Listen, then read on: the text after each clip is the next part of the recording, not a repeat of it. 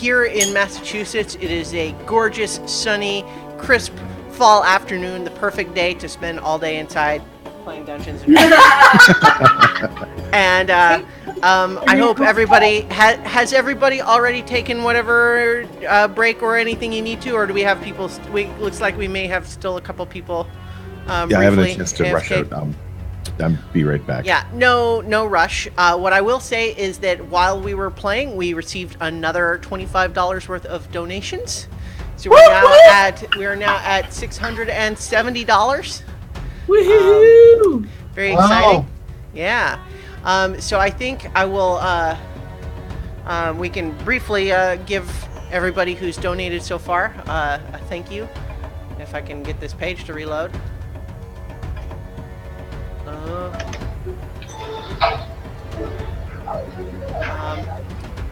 So did they fill you in on anything, Nobilis? We'll do a little recap, I think, but yeah, they filled me in on a few things, but don't let that stop you. All right. Have you? So, you should have your character at level 2, and yep, all set. And we're in the Chult city of Port Nyanzaru. Let me forward to you the maps that everybody has. And the guides. Yes.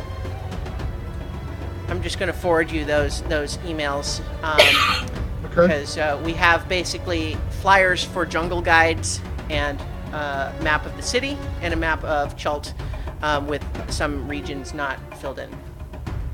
Okay.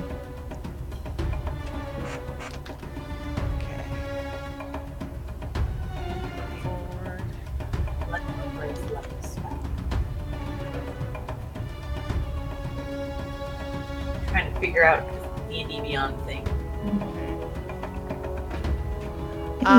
So I'm happy to talk more about D&D Beyond at some point if you have questions about it, because I really love the site. But if, for example, part of the reason you guys have access to all the options is because I've got content sharing enabled on my campaign.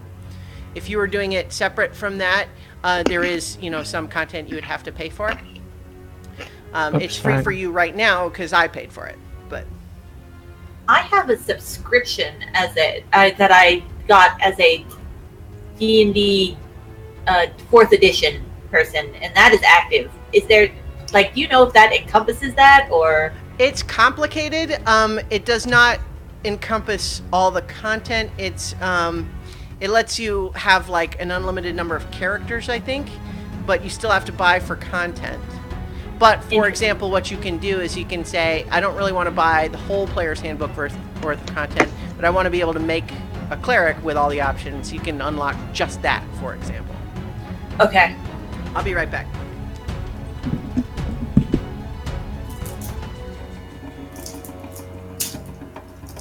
Guys, I can assume a shape of an animal now.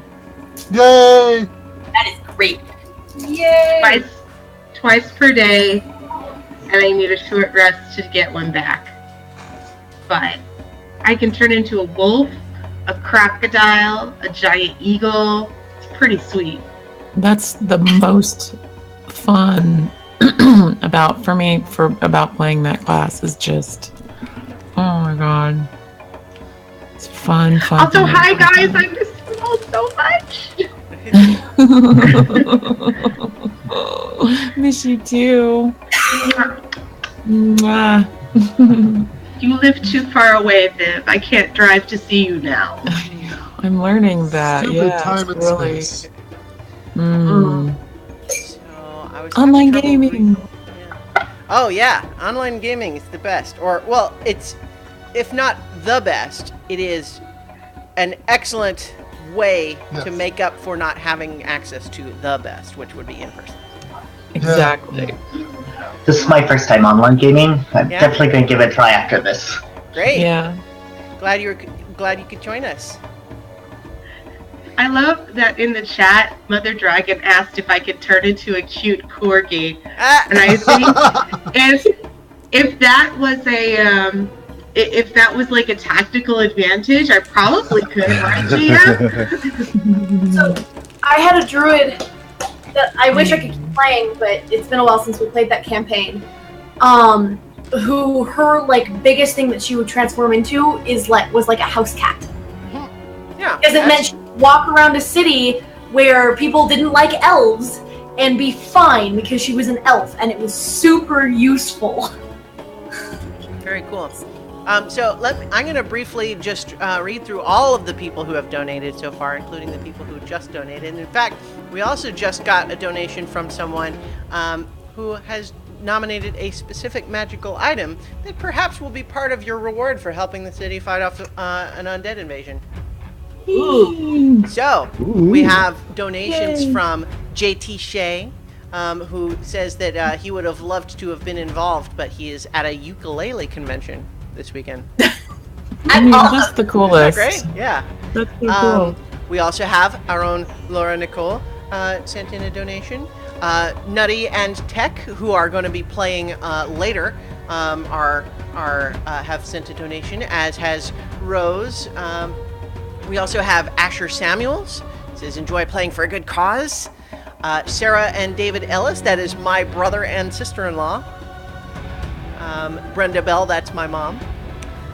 Michelle Nichols says, thanks for all your awesome Survivor and Luna coverage. So not everybody knows me from the books and the podcasts and stuff. Well, I guess still podcasts, but yeah. John Jennings, David Robinson had donated in the name of Archivos Story Development. Nice. And we already had an NPC named after him, one of the guides named... I thought I heard that. David Rowe Binson, yeah. Lee Burdett also donated. Tony Mast donated. Have fun doing wonderful things for kids, he says. Mike Mayteen, my podcast colleague for talking about Survivor. Paulette Jackson, our own Twitch chat mod and good friend. Mother Dragon. Yes, Mother Dragon. The Meltzers, who are also going to be playing a little bit later. Welcome to the jungle. Can't wait to get eaten by a T-Rex, they say. Hugh O'Donnell also donated. So did Dwight Dunlop, and thus the naming the musician performing in the Thundering Lizard was named Dunlop. Nice. Jen Hilton, a $100 donation from Diane Delarmo. Is that someone you know, Rose? Oh my God, that's my stepmother-in-law. I thought it might be, or not specifically, but a relation in that way. $100. So thank her. They're big believers in charity. Yeah. And the two donations that we just got while we were playing, we got $15 from Skinner Co. saying keep rolling. And from Alexa Quinto, who says, great stream. If donating a magical item is still available, I would love to donate the Belt of Dwarven Kind. Yay! Oh, that's a fun so item. Nice. Yeah. So, I did not hear Jeff Phillips. Did not hear what? I did not hear Jeff Phillips. Oh. That means that my character is likely not to be assassinated. That came up in a Facebook post. Was what's the price for taking out a hit on a player? Is everyone back? Is everyone good to go for our next session? Yes. All right. All set. Ready. Great. So, to recap for anyone who is just joining us, both as a player, we have Nobilis joining us Hello. down below here, but also as a viewer. Our party is currently in the city of Port Nyanzaru in the peninsula of Chult. And they are here because there have been rumors that a necromantic artifact known as the Soulmonger lies within the unmapped jungles of Chult, and that may be responsible for the death curse, which is keeping all resurrection magic from working. And anyone who has ever been brought back from the dead with spells like Revivify or Raise Dead is now wasting away with a curse. And so, they have made their way to Port Nyanzaru. They have made some headroads towards buying gear for an expedition. There's been discussion of guides. There's been some gathering of information. And also, just recently, our party fought off an incursion of undead attempting to enter the city from the region known as Malar's Throat. So, a couple of things happen here. As you guys have made sure that you've killed off the undead that had been fought off here, you've made your made sure everything's good. There's no more coming. The guards have been they were very grateful. They definitely thanked you. Now that a little bit more time has passed, some more guards have shown up. And it's not like they were holding back, it's just that they were coming from other parts of the city. So there was an attempt to have a stronger city force to repel, but they didn't all get there as quickly because they're coming from other parts of the city and so on.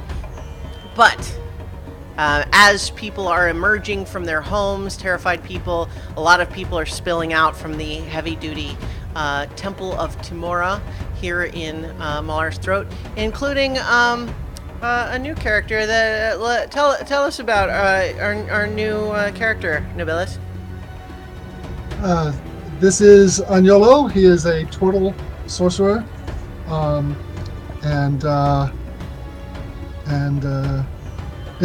he's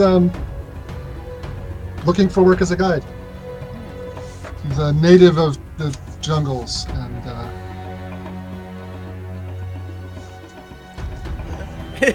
all right. Oh, interesting. Yeah. Did we lose someone just now? Oh yeah, it looks like Rose and Kate are probably reloading. So I want to take a moment. I just found out it was a friend of mine that donated the dwarven belt. Oh, okay, great. Nice. Yeah, she always plays dwarves, so. What was the nice? What was the name, Nobilis? Agnolo? Agnolo. Agnolo. Well, it's the N is a N sound, so it's Agnolo. Okay. Okay. So, as things are sort of settling down a little bit, you realize that it's first of all, it's getting close to sunset now, and clouds have rolled in, and it's actually starting to rain a little bit. But a lot of the natives here, the locals in this city, don't seem to be paying it any mind. It's relatively light rain. They act just like nothing's happening. This is 3 out of 4 days for them. So they're coming out, and a lot of people are, thanking you and kind of impressed and kind of cheering. And some priests from the temple come out and say, "Are you the ones that helped to repel the undead?" Yes. Surely are. Absolutely. We would, in thanks for your service to the city and the people of Malar's Throat, who sometimes are not granted the same level of protection as those within the walls, would like to donate this to you as our thanks. And they give you 5-gallon size casks of Tej and a potion of healing. Ooh. Ooh. Thank you very much. Generous gift. So I walk over and I grab as much of the Tej as I can carry. For the group, of course. You can get one under each arm there, and You got it. maybe Reach for my fingers, yeah. I am going to. I will accept the healing potion, and then turn around and hand it to the bard. Oh, well, I mean, thank you. You were helping heal as well, so I thought if there were 2 of us, if we run out, well, then we'll have these. I have Well, 2. Let's make sure it doesn't get to that point, but point well taken. All right, so Agnolo, are you approaching these people, or? Yes. This looks like exactly the kind of people I'm looking for. Greetings, adventurers. My name is Agnolo. I am an adventurer too, and I was hoping we could adventure together. Oh! That's a turtle. I am a turtle. Yes. Mm-hmm. Look, which crystalline. cleric of Ilmatar. Pleased to meet you, but we're not merely adventuring. We're on a most serious quest. The object is not treasure. Yes, a quest. Wonderful. Yes.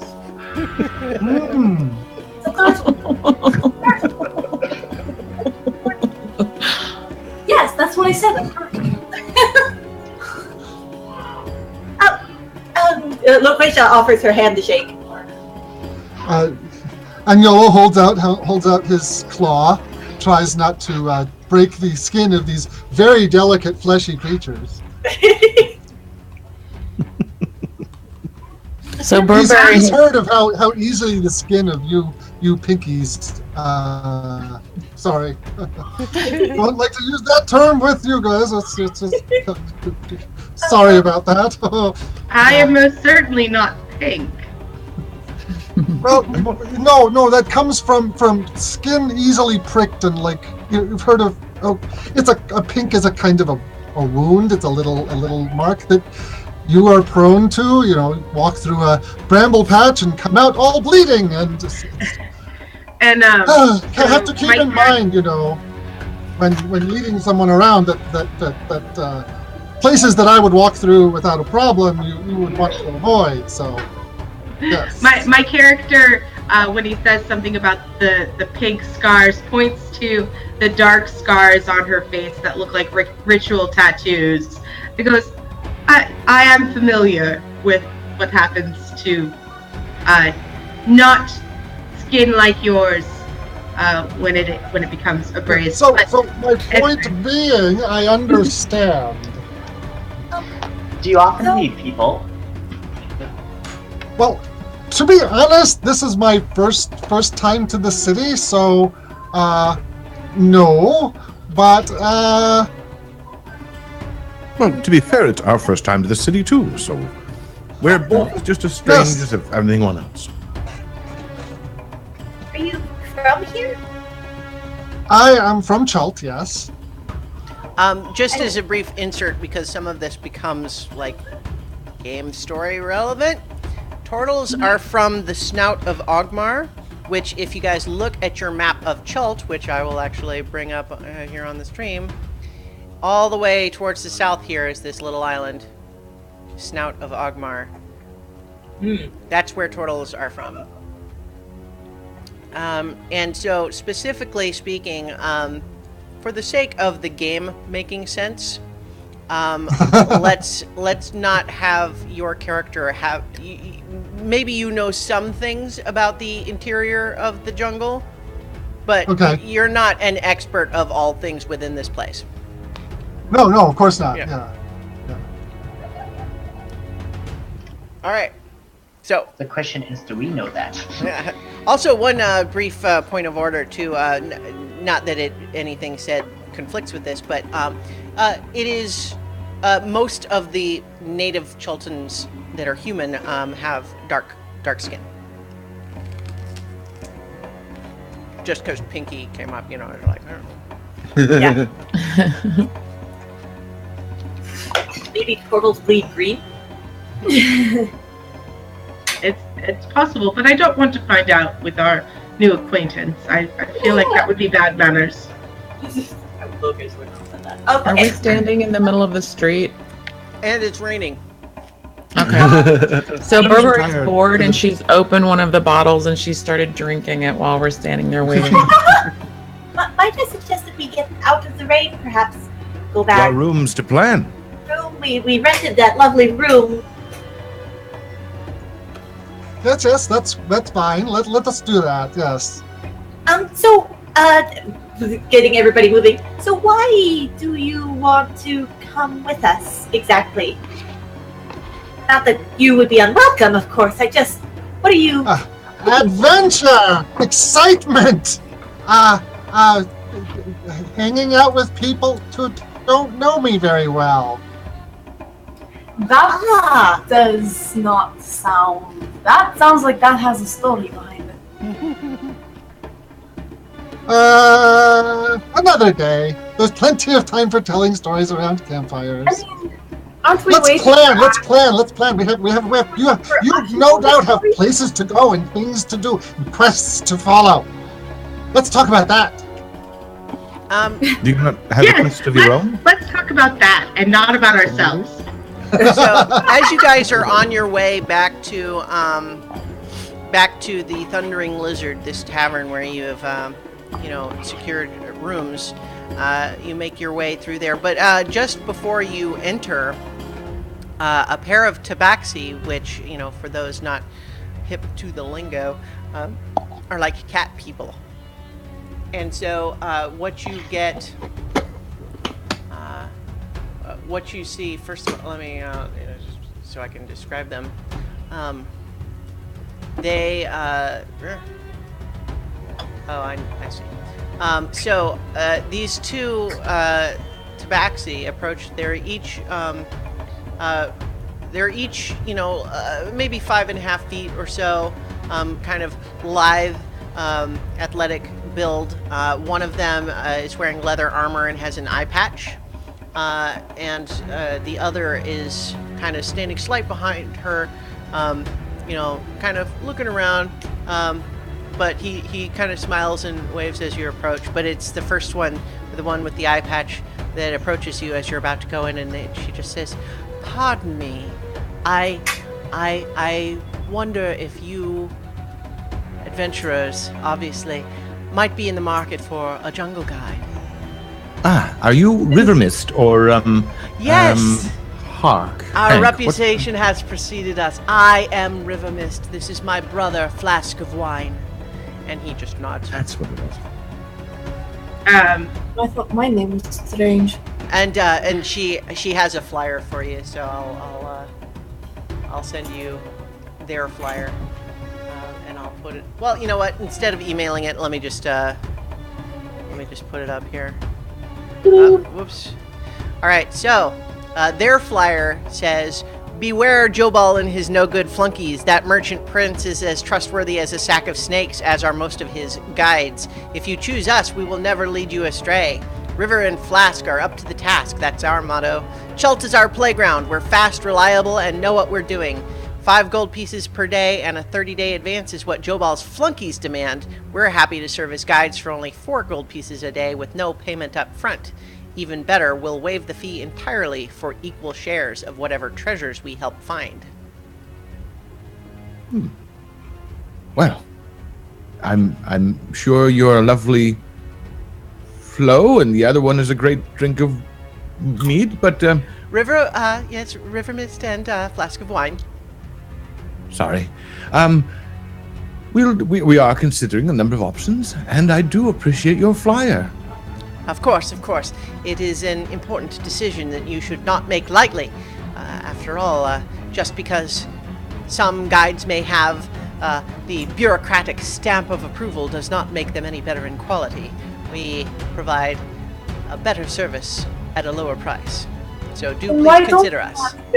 Stamp. I'm sorry, what? Then why don't you have the bureaucratic stamp?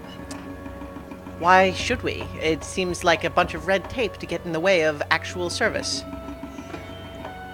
Seems like something that could be make things easier. Well, it certainly makes things easier for us as long as we try to just stay out of the way of the merchant prince. How long have you been doing this? Oh, several years.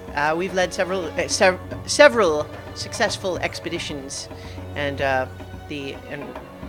Flask of Wine behind her just goes, "Yes, several." She said, "Yes, we're very good. We know all sorts of locations within Chult. We can lead you to ancient ruins. We can lead you to, lost cities, many famous landmarks, wherever you'd like to go." What do you know of Mbana? Mumbala? Mbala, yes, that's it. Yes. Let me briefly pull up what they would know of Mbala. Because some of that stuff is in a different section of the book. Don't you love that? Yeah. Okay. So. Okay. they say, well, Mbala, we can certainly take you there. We know just where it is. It's a city that used to be a village there, but I believe everyone there has died out. It's a ghost town now. It's on a big plateau.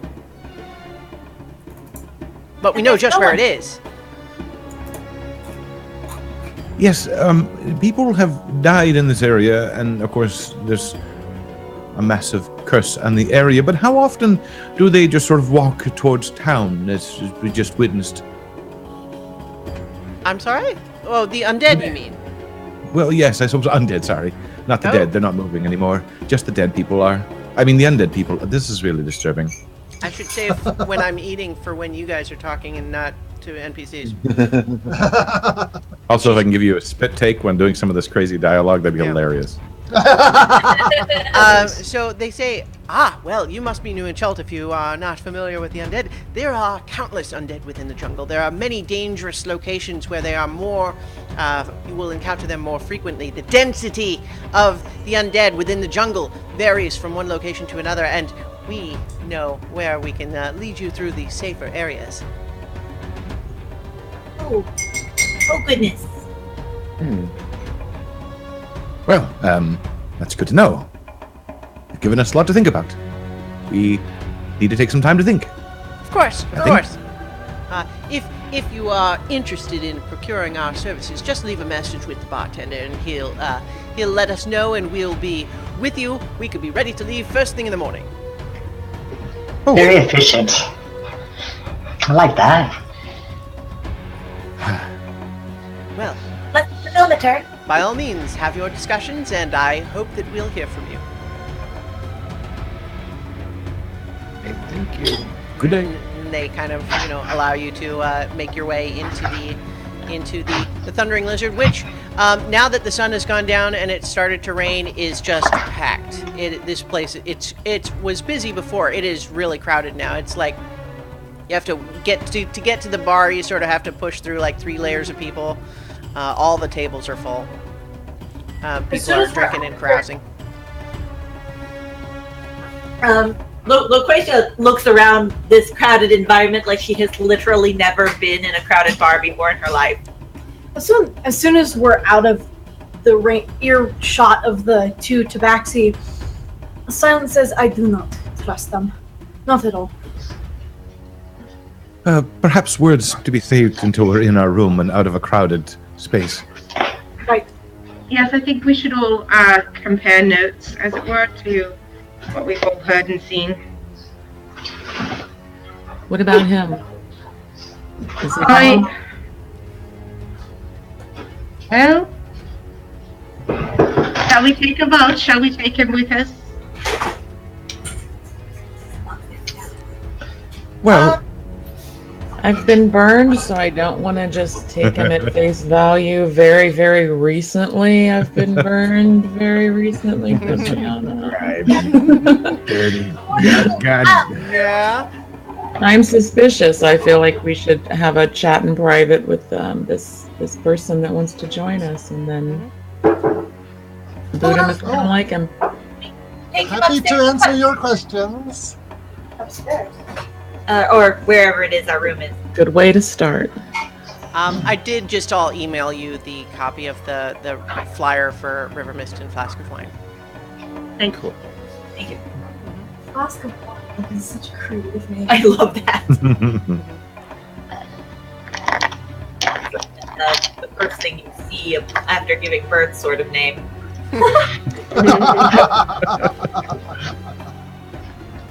All right, so you make your way up to the room. The walls are thin, and there's still kind of a lot of noise from the bar below. It's not quiet, but it is private. All right. I'm sorry. Who did I talk to at the bar, Christiana? Which guide was that? Azaka Stormfang is the one that you spoke with at the bar. All right. Thank you.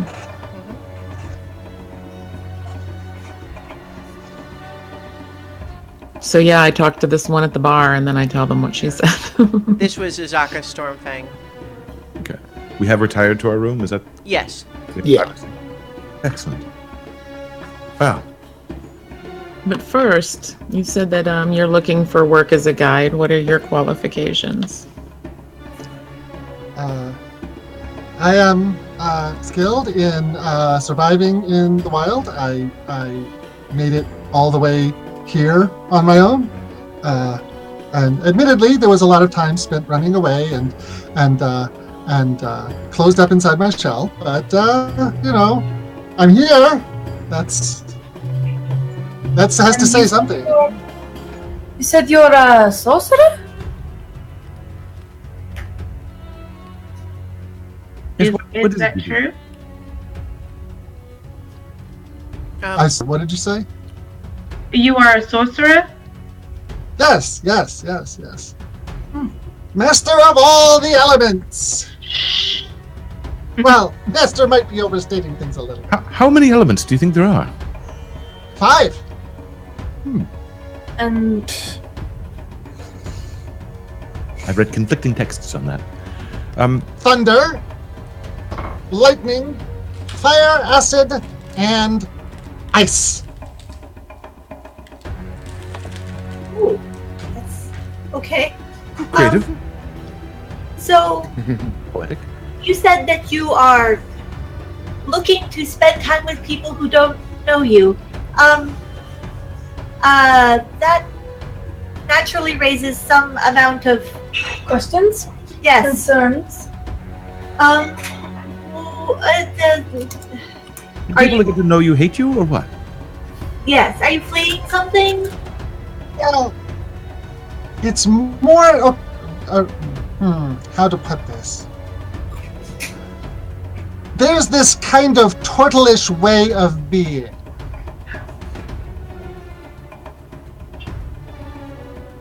Go on. We all grow up together, and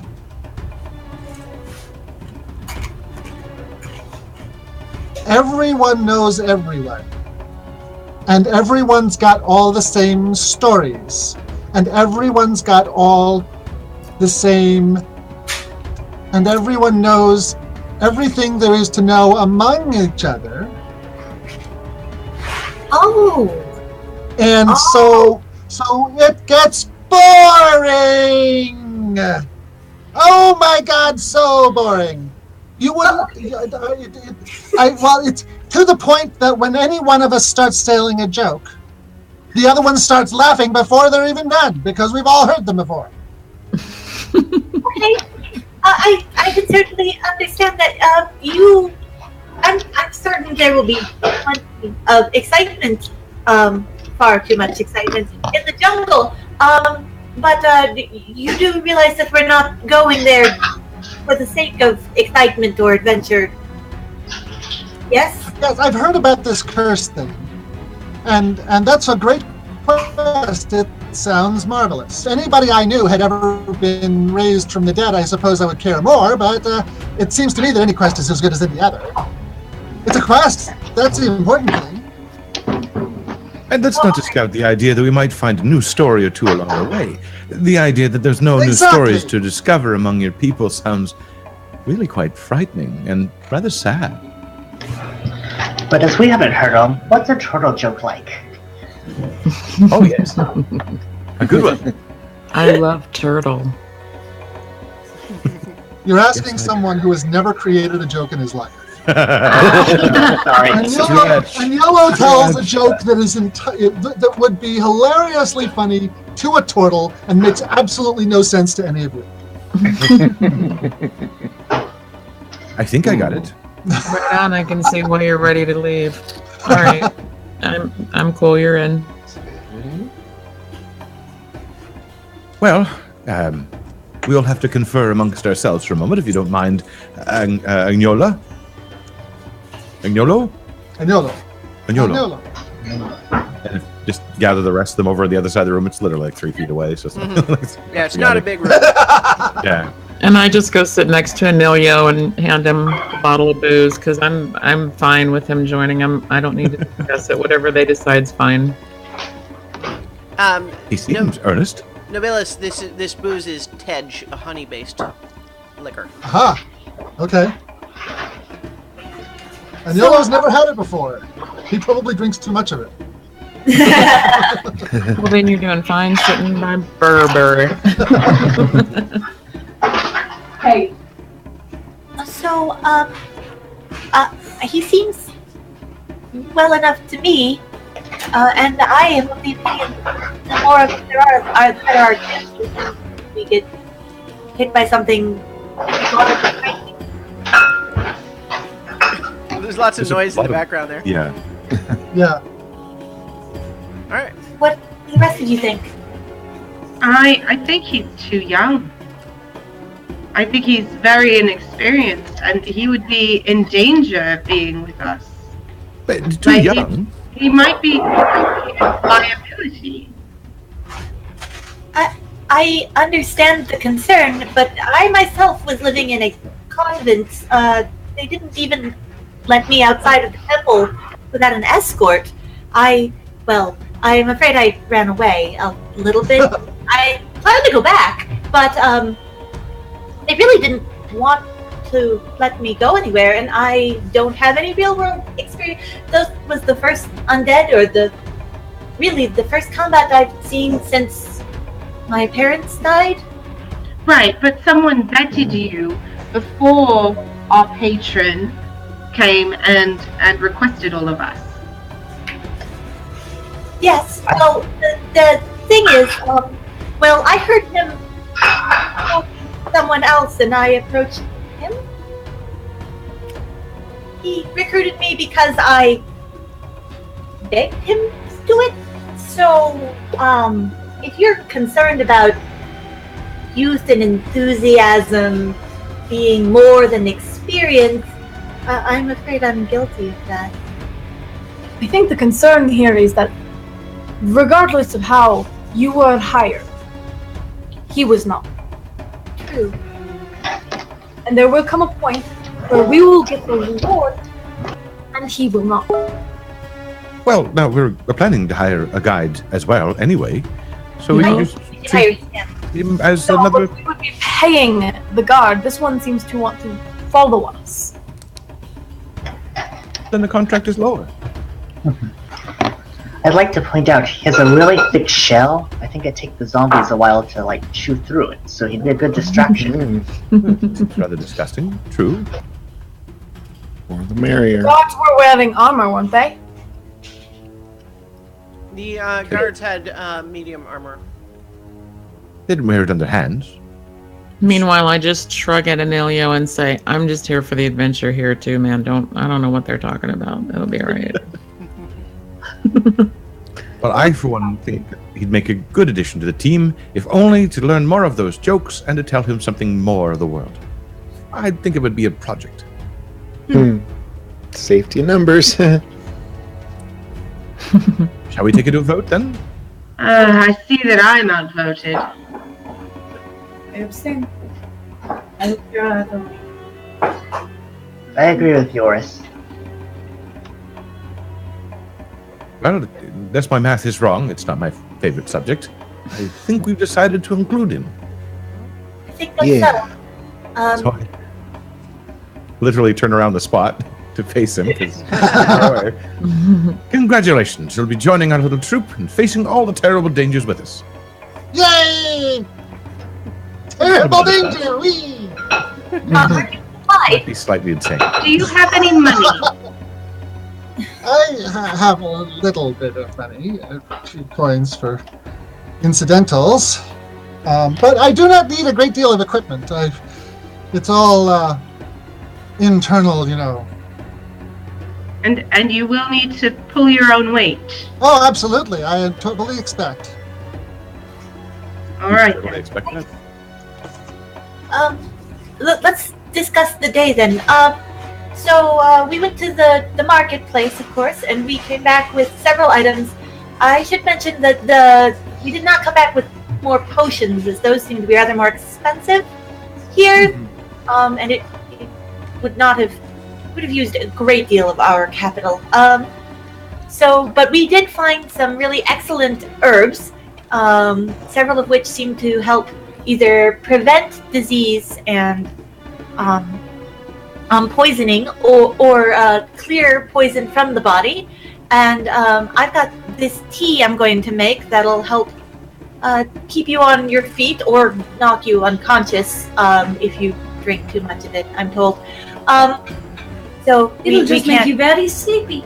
Yeah, yes. I got us 20 days worth of rations in general. I thought if we distributed that amongst us and then we foraged, we got a guide who could teach us how to forage as we went along, but that would stretch. We know that we are not supposed to drink any water that is not boiled or has fallen from the sky because of throat leeches. So we got a rain catcher. We have 4 tarps and 4 tents for people who like to sleep in tents. We can perhaps take shifts for watches. And I got this bug repellent. We'll have to share it, but each vial has 20 doses. And it should last us a whole day each. Also, they're odorless. Isn't that nice? I think that will help prevent us from getting eaten alive too much. How is everyone on light sources? I only got this one nut, and she pulls out the nut and like shakes it and holds out the light, like with like enthusiasm. Like, check this out! Isn't it amazing? I can see the dark. I don't see what it means. Wow. How long does that last? It fades after a little while, but then you shake it again. Yeah, and it's back. It glows for about a minute, but then you just need to shake it again. Kathiki pulls out a small little hand-sized globe and says light, and it starts glowing, just hovering like a little, like 5 feet above the ground, just over her head. That's delightful.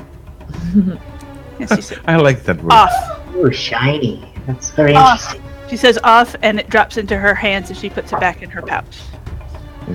All I have is a lantern, which I don't really use, but I often have people I'm working with who can't seem to see as well as I can. Hey, Burberry, as you're fiddling around with those kegs of Tej, you realize that one of them had something wrapped around it that at first you thought was just like leather that was maybe used to hold the casks together. But Okay. now that you have seen it, it seems as though it's a thick leather belt, and it has a big belt buckle on it that looks like a dwarf's face. Whoa, you guys, this stuff is so strong. I swear I see a dwarf's face on this thing. What are you doing with this? That's because there is one, dear. All right, good. So what is You're it? not that drunk yet. It looks like a belt.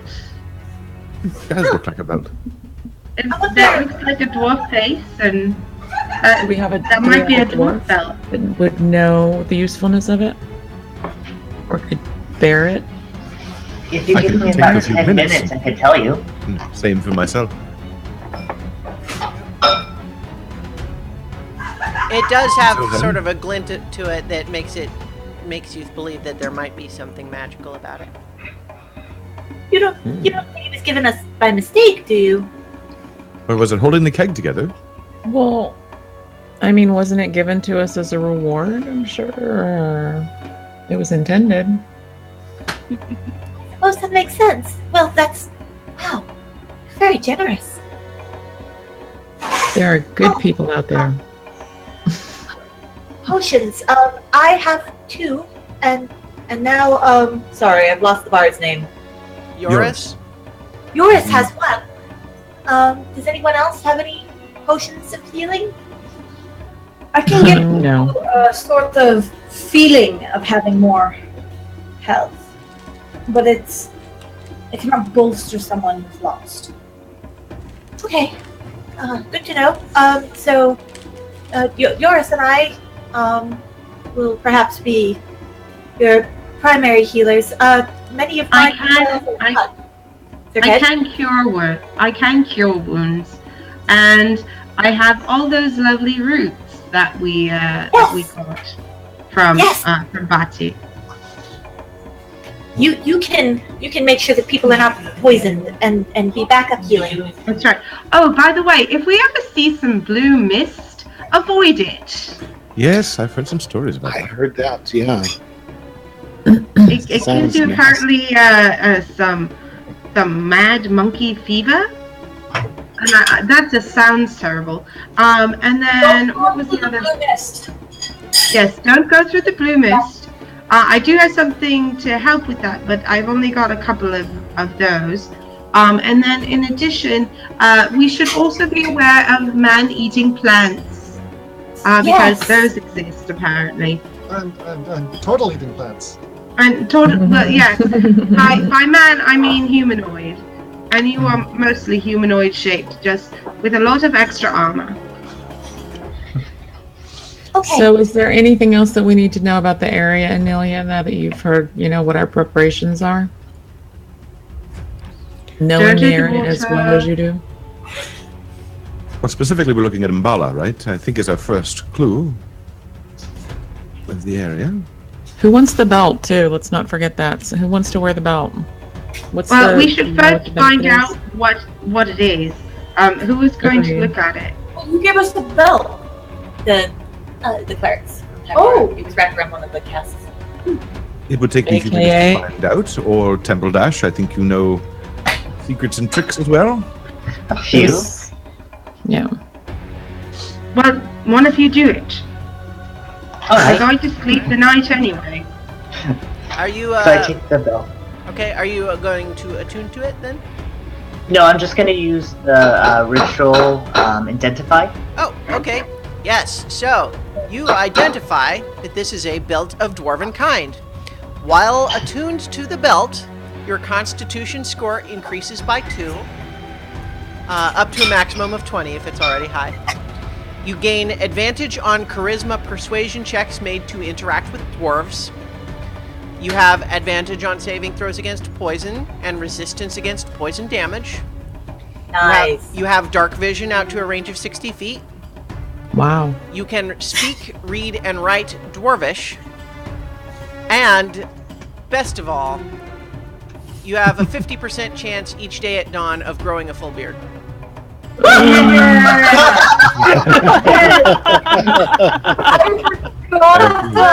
Burberry is pretty excited at that aspect of it.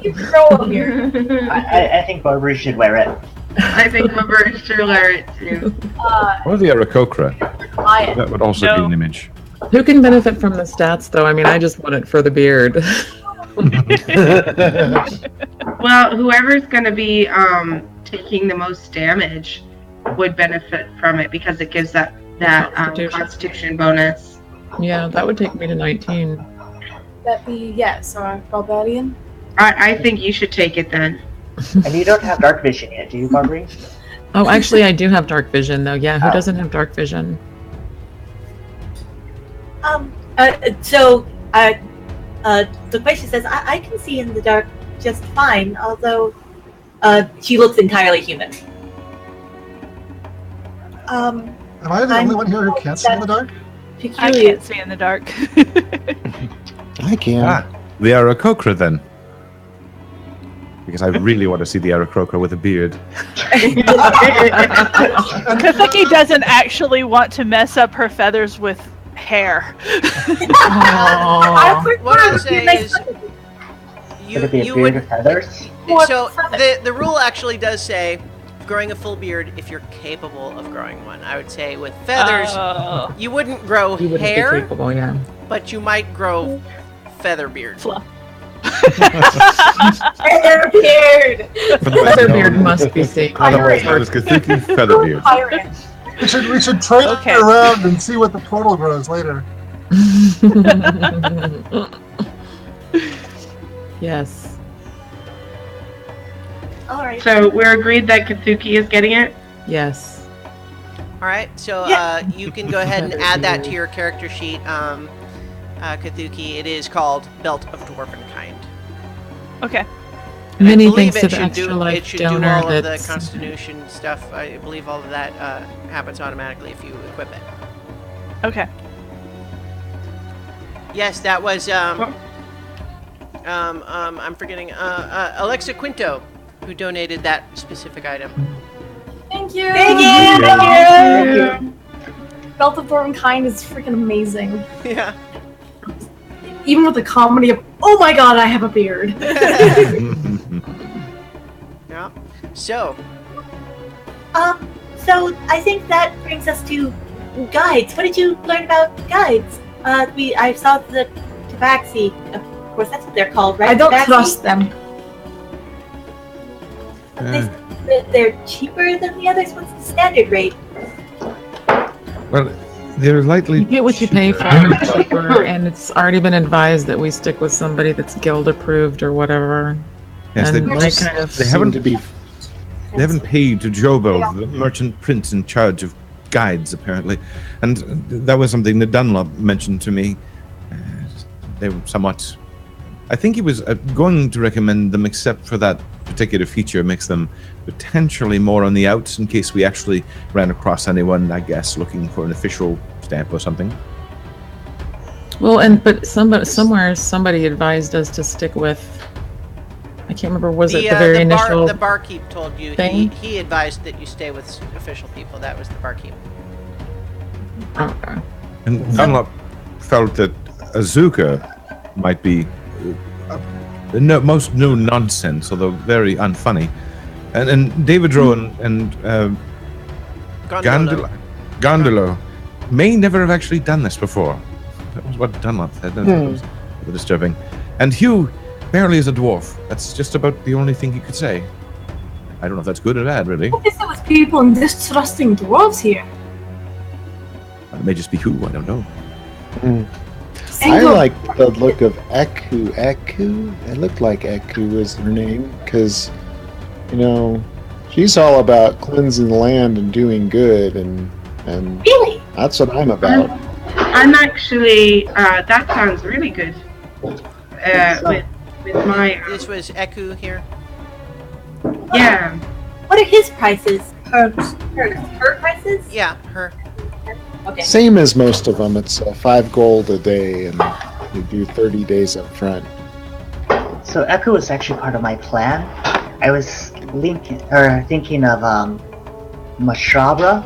We could help him with his problem with the ancient forge, which may be where the relic would be.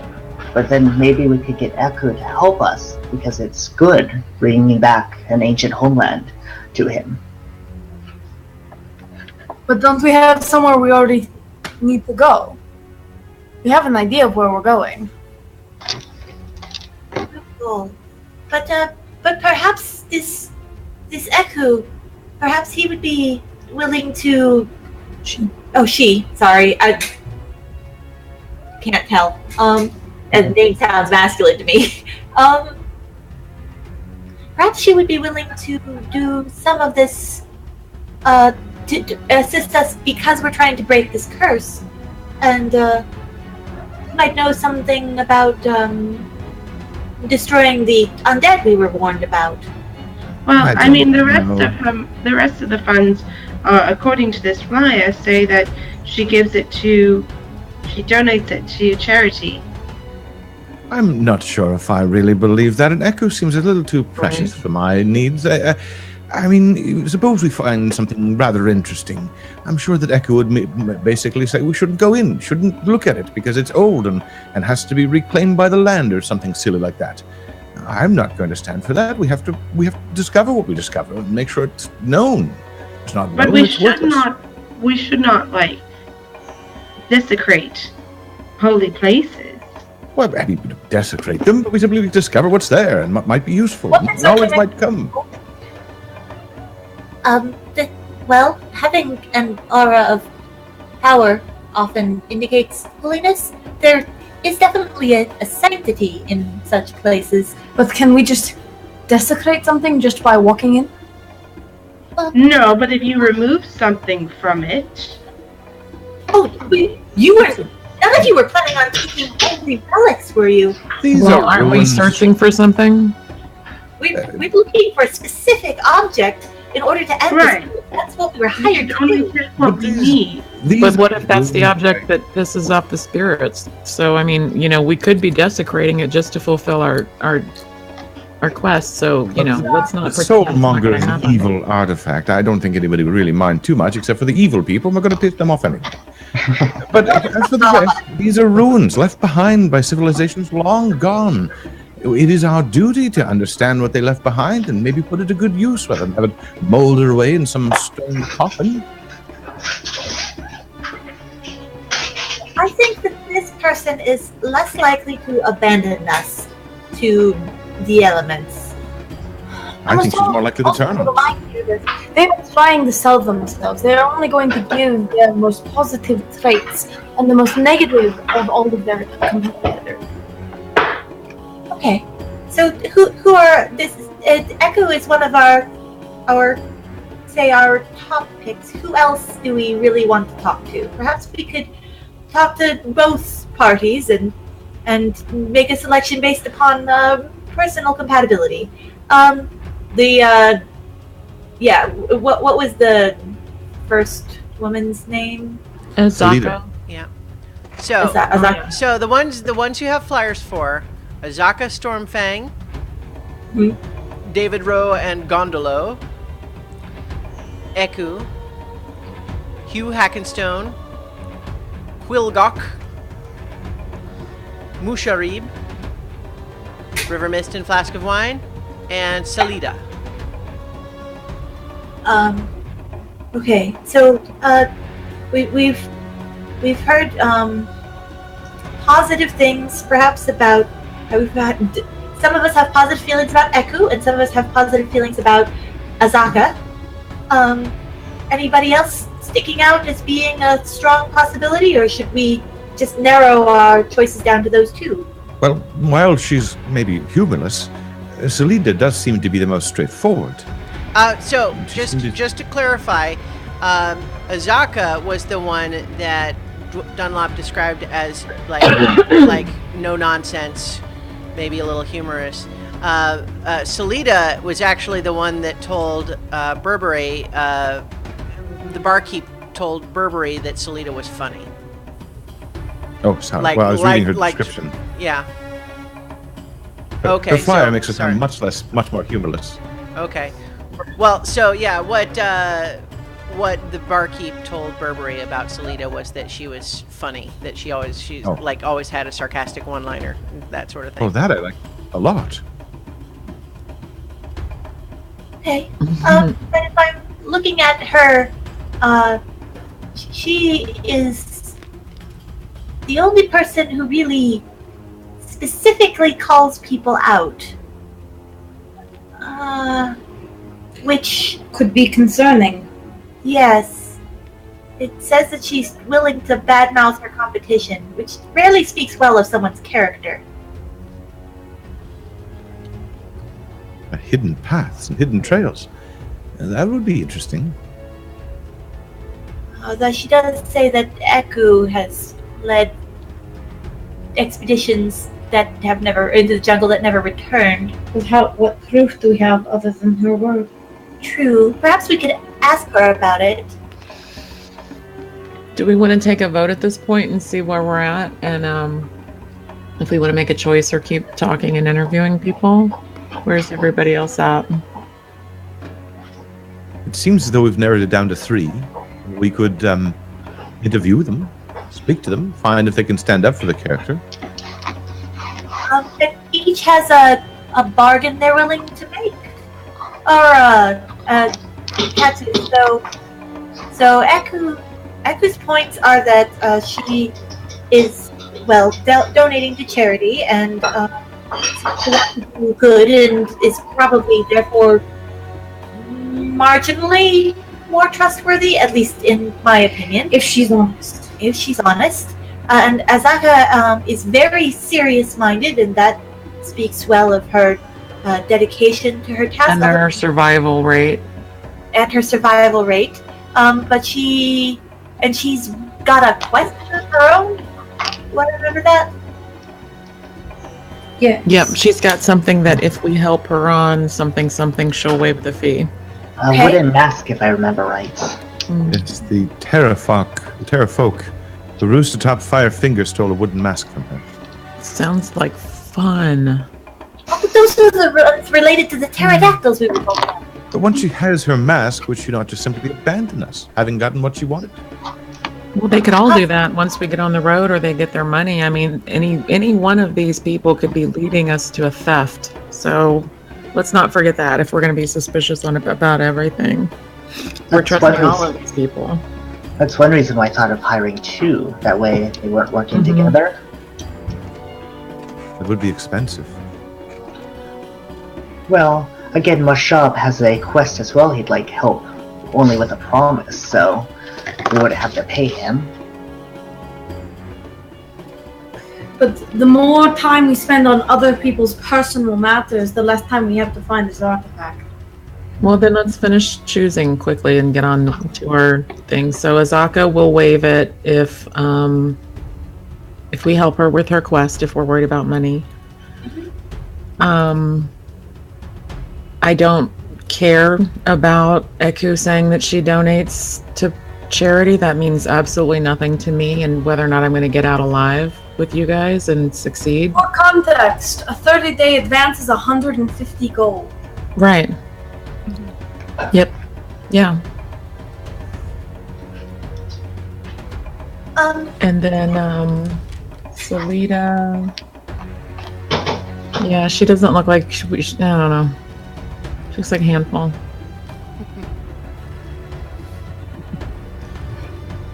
So anyone else? Do we want to interview? What do we want to do? My dice are getting itchy. I say make a decision and let's go.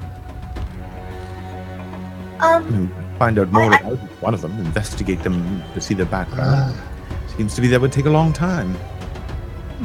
Let's just talk to Azaka and Eku, then. Unless you really also want to talk to Salida. I say we go with those two and decide from there. Do we want to just take a vote or do we want to interview them? I think we should talk to them. Talking to them would be wise. Okay. I feel like I can get better connection with someone, but face to face rather than, just words on paper. We can talk to them. Eku is going to be trouble. She'll be in our way, but we can talk to her to see how zealously she holds this foolish old-fashioned notion. Yoris, I've heard stories of magic users being able to tell lies. Do you by chance have any of that talent? No, unfortunately, I can stare at someone long enough and shout them down, but not really tell lies. Or rather, tell of lying. Let's go see if we can get them tracked down. I think we've narrowed it down to two, and with enough of us watching someone, I think that we should be able to get a sense of their character from multiple perspectives. Seems fair. As you are you heading down to try to, because when you went up to your room, Azaka was still down there at the bar. You get the sense that this is like her place of work when she's here, because that's where she finds people to hire her. Mm-hmm. Right. So she was there when you came in. Okay. Unless anybody objects, Loquace is going to go ahead and open the door. Go for it. And troop downstairs to go and so their quarry. As you go downstairs and you're kind of looking out over the common room, your gaze kind of passes over by the front door, and just having come in, you see a woman who looks like the picture of Eku from the flyer, and she's looking right at you when you make eye contact, and she just kind of...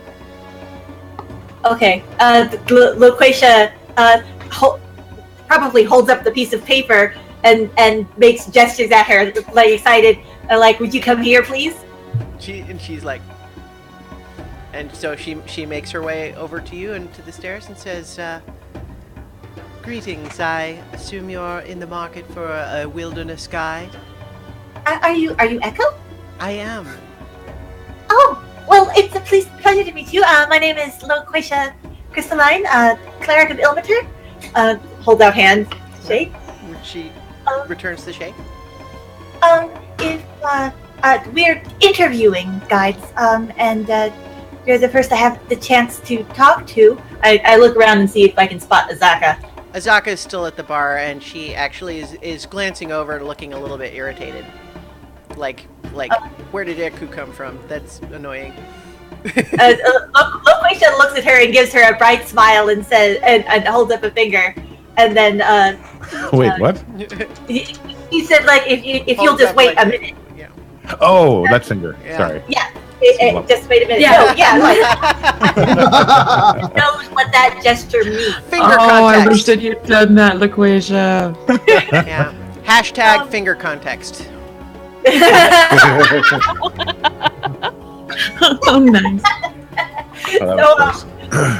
and she says, if you'll come with me, we would like to speak with you, and then we'll speak with Azaka, and then we will determine who we can bring in. I do wish we could, well, bring more than one, but I'm afraid our funds probably don't stretch quite that far.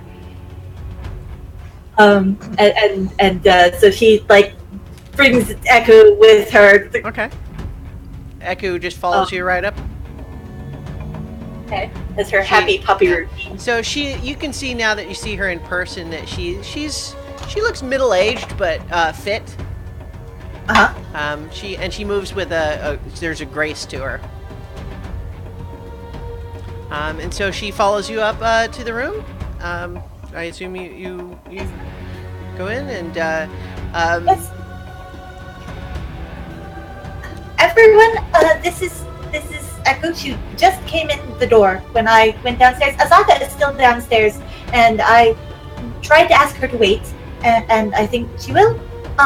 So I thought we could just interview one at a time. Does that sound acceptable? I didn't think it would be a good idea to interview them at the same time. Good. Now the ritual can begin. so as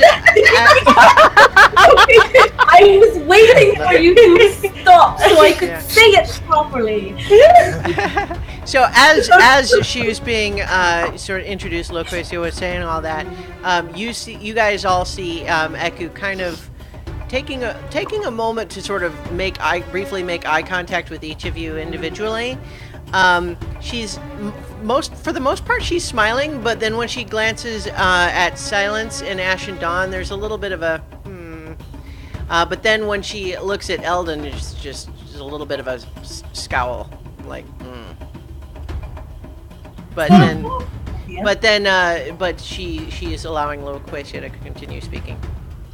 Okay. And then there was Silence's comment that introduced Loquacia, shut up. And Loquacia whipped her head around, like brain flying, and looked at her. What? Anyway. Hey, someone said they were looking for new jokes. Yes. Sorry. Taking notes. Sorry. So these are my companions, and we are looking to find a particular object in the jungle to alleviate a curse that's on the land. You must have noticed that people are not that holy magics to return the dead to life are no longer functioning. Yes, I have heard this. It is truly terrible. Do you think that the origin of such a curse might lie somewhere within the jungle? We have it on some authority that it is, but where that is, we're not sure. So, can we talk to you about your qualifications? I notice you indicate that you're interested in doing good in the world. Of course, yes. I am happy to speak of this. I believe that I have a calling to try to leave the world a better place, and so I do so by trying to help seek out people in trouble, dangers, and to do good wherever I go. And I do not need much to be happy, and so I do good work at something that I am skilled at, and I donate my superfluous coin to those who really need it. That's Most admirable. What is your definition of good? Do you follow a particular godly path, or? Well, in my heart, I think I still would choose to worship Ubtao, despite Ubtao's turning his back on Chult. But I don't worship any particular god now. I simply seek to preserve life. I suppose I know it when I see it. And there's also a little bit of another glance at Eldon, and she says, "And when I do not." Which one is Eldon again? Yeah. Me, Temple Dash. No. Yeah. Oh yeah. So I'm sorry. I'll try to remember. I have it written down as Eldon somewhere else. So yeah, Temple Dash. Oh, Temple Dash. Okay. And I'm sorry, what race? No. No. Gnome. No. Yeah. Do you have That's like a Burberry long leans, name. Burberry leans forward and says, "What's your problem with Eldon?" With Temple Dash. Temple Dash? That's what we know Temple him as. Dash. I'm sorry. Now it's in my head. I had Temple Yeah, I'm Dash. sorry. before. That's fine. No. I got it. So Eku just turns to you and smiling and just says, "I'm a very good judge of character." Very judgmental, maybe. I'm not sure about judging. It seems pretty quick, and I don't know if we want to hire somebody that doesn't have concern over each of our party members. So what's the beef? Explain what? I have explained all that is needed to know. I believe that I am a good judge of character, and I prefer to work with people who do good in the world. It sounds as though I would like to insight check her. Okay. I'm Yeah. probably go ahead. just a little short. She gave me the side eye. I want to know why. Okay. Yeah, dude. Okay. What's your role? So my roll is an 18, and insight is +5, so that is a 23. She seems very sure that everything she's saying is 100% true. Okay. Probably just a little short of her standards is all. No, I don't worry about it. Is that a short joke?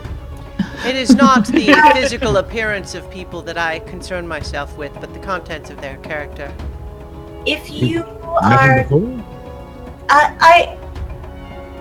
so we've all been hired to do this, and we all have our own reasons for doing it, and I think it's a very noble cause. But I'm afraid if you, we would be relying on you for our safety, and if you feel that you cannot, in good conscience, protect every member of this party with full enthusiasm, I'm afraid we probably should not work with you then. I wouldn't want you to cause conflict with your morals. And I'm sure that it would be an ethical conflict if you had doubts about the character of someone that you were then also contractually required to protect. She just kind of smiles very patiently, waiting while you go through that whole thing, and then she just that is your decision to make, of course. The mission that you describe seems to me to be a net good in the world, and I would be interested to support it. And it is not so much that I would feel a crisis of confidence or conscience in protecting you, but that I would suspect some within your party to have different objectives in mind. Well, thank you for your opinion. Have you ever met Temple Dash before? Is that why you don't particularly like him? I've not met him before. Wow. That's a rather quick judgment. Sometimes quick judgment can be good if something is swinging at your head, I suppose.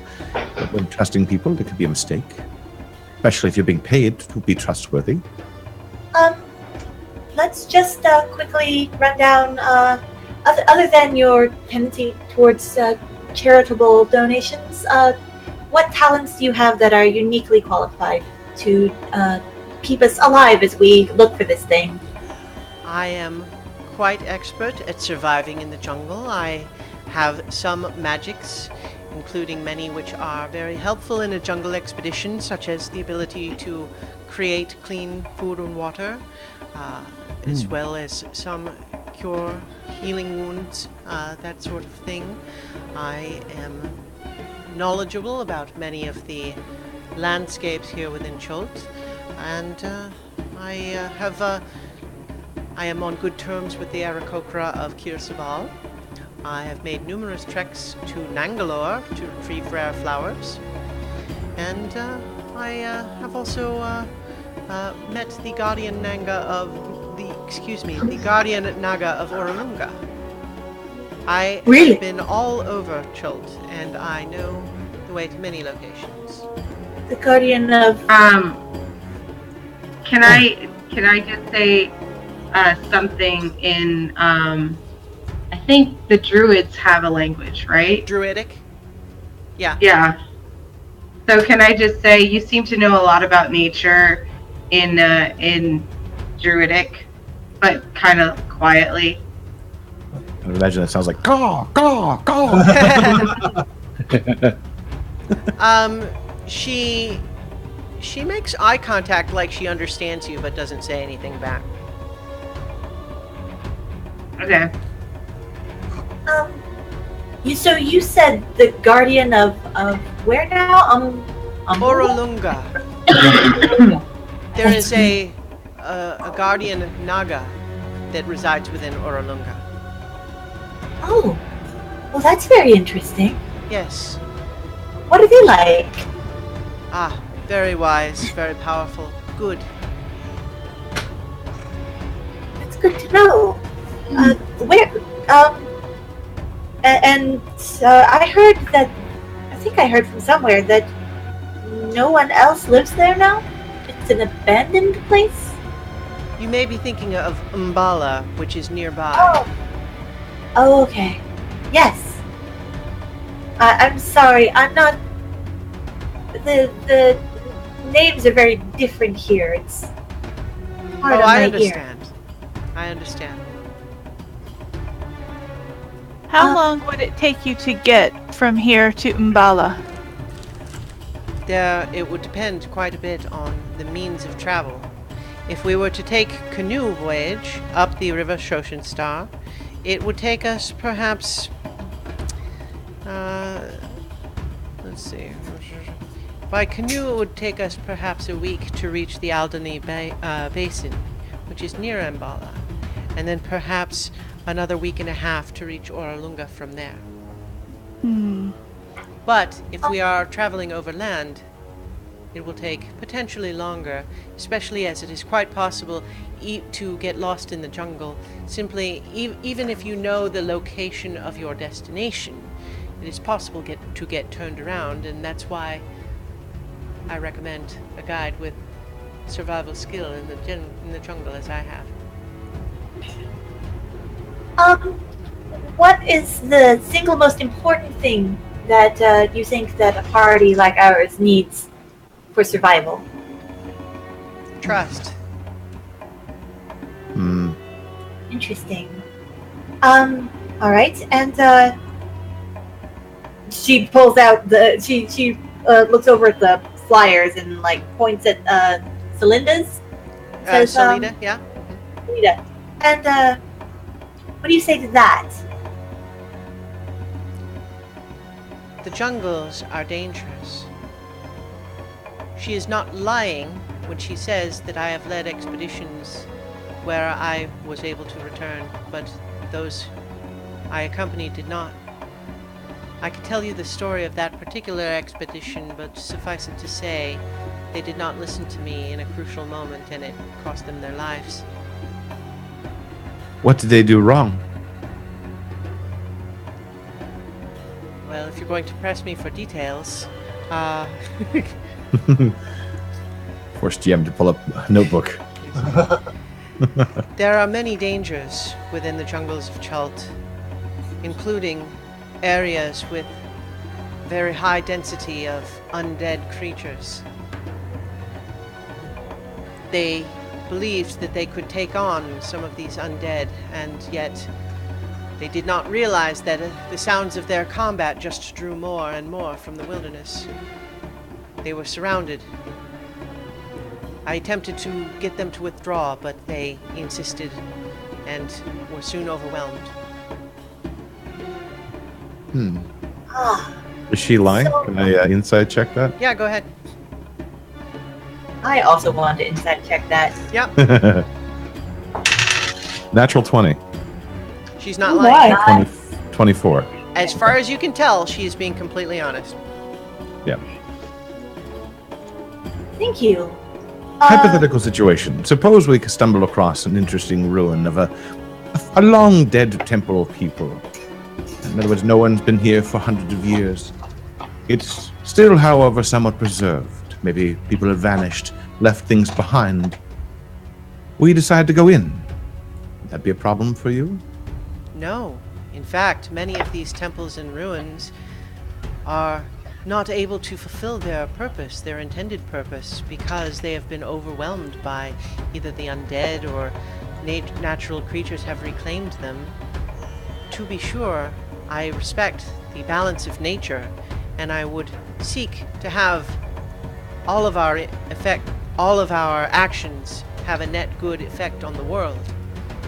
But in some cases, that may involve reclaiming treasures lost to the jungle. What do you mean by reclaiming them? Treasures that are Would now we be able to use lost, them? no good to anyone. But good to us. Potentially, if your hearts are pure. And you're going to be the judge of my pure heart. Who's the judge of yours? Shall we do that? Gods are our judges. Anyone may make their own decisions and come to their own conclusions. Perhaps your judge. Okay. Anything else? I don't think so. Oh, wait, there is one more question I have been curious about. What's this charity you give all your money to? Who are you benefiting with all that? There are many. Was it sick kids? It is often wherever I feel the money will be best put to use in any given time, but frequently there are many dangers and diseases here within Chult, and when children suffer from those diseases, it does my heart good to do what I can to help them. It sounds like a network Great. of children's miracles. Great tradition. Doubting her. We might have to take side people Times just when a child's life might be cut short, and I just hope that my help can give them a little extra. Very good cause. I don't think there's any question which guide we should hire. Let's speak to the others first. But thank you. Thank you so much for your time. If you will linger after, so that we may speak to Azaka and make our informed decision that way, Of course. we really appreciate your time. All right. So she bids you all, good night, and does give, again, just a little bit more of a watch yourself sort of look to Ash and Dawn and Silence, and to Temple Dash, definitely a like. I don't like you. Did I do something wrong? I just kind of wave and smirk. Yeah. Where did they go? To make a joke. I get. All Our right. accent is slowly turning Scottish. With the belt? All right. No, I've got the belt. All right. Side So effect of being near do you it. go and get Azaka then? Yeah, Loquisha walks her out and then goes to Azaka. Like, does Azaka like look up the stairs when I walk? Yeah, Eku out? she's definitely like waiting, and Okay. and Extend a hand to her. yeah, she takes it and just says, "Thank you. I'm sorry if I gave a look that might. Sorry, excuse me. Let me give Azaka a different voice than Eku. You'll pardon me if I was a little bit irritated when I saw Eku walk in just as you came down. After all, I had hoped to hire myself as a guide to you, and Eku just showed up right at the nick of time. She has a knack for doing that. It's irritating. Please think nothing of it. We regarded our choices and we narrowed our pool down to the two of you, and so we hoped that we might speak with each of you to better make a decision. Would you come upstairs with me? Of course, of course. Thank you. And oh, sorry. Go ahead. Okay. My name is Loquisha Crystalline. I'm a cleric of Ilmater. Azaka Stormfang. And I must say, as we make our way up, if you've narrowed down to me and Eku, I must say you've got good taste. You're making your choice based on the right things, in my opinion. I try, but of course there are many of us with many more heads. We make better decisions that way. I have to admit that the charity would have just been enough to take my vote Eku's way, but that would be unfair to you. She says, well, if you insist on money going to charity, I'm sorry I will have to disappoint you on that score. I have my own bills to pay. I make no such insistence. Please believe me on that. It is simply that it is a personal interest of mine. And that is why I have companions to check such personal interests. Fair enough. LaQuisha has never played poker or done an interview in her life. She's tipping her whole hand. Yeah. All right. So I assume you guide Azaka back up to the room, Yep. and she comes in and just kind of you note that whereas Eku was kind of very light on her feet, moving almost kind of like a dancer. Azaka is kind of almost like she's stalking upstairs. She reminds you almost of like a jungle cat, just the way she moves. But she kind of does a quick like scan of the room, just like sort of a threat assessment sort of look. Mhm. Just comes in and says, "Hello, I'm Azaka. You have my flyer. You know what I have to say, but I can answer your questions." Well, first question, do you have any immediate negative feelings about anyone in the room? Thank you. She kind of like, I just got here.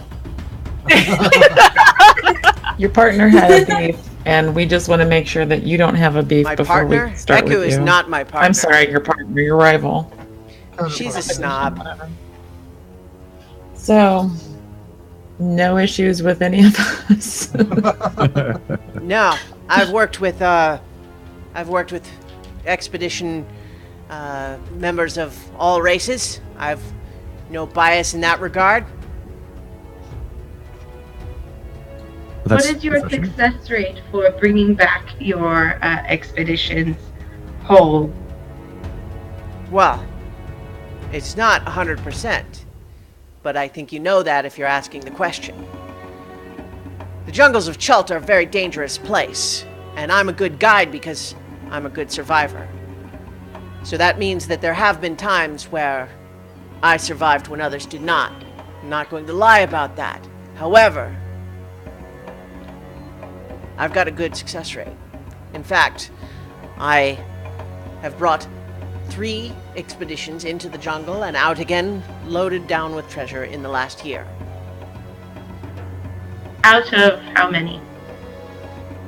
Out of 7. 2 of the others came back with not much to show for it. They wandered around the jungle for a while and decided they tired of the treasure-seeking life. 1 was partially lost, the other fully lost. Why was the one fully lost? They fell down a ravine. Shouldn't you have pointed that out to them? Oh, they saw it! They attempted to cross it. There was a bridge, it was partially broken. They thought they could jump it.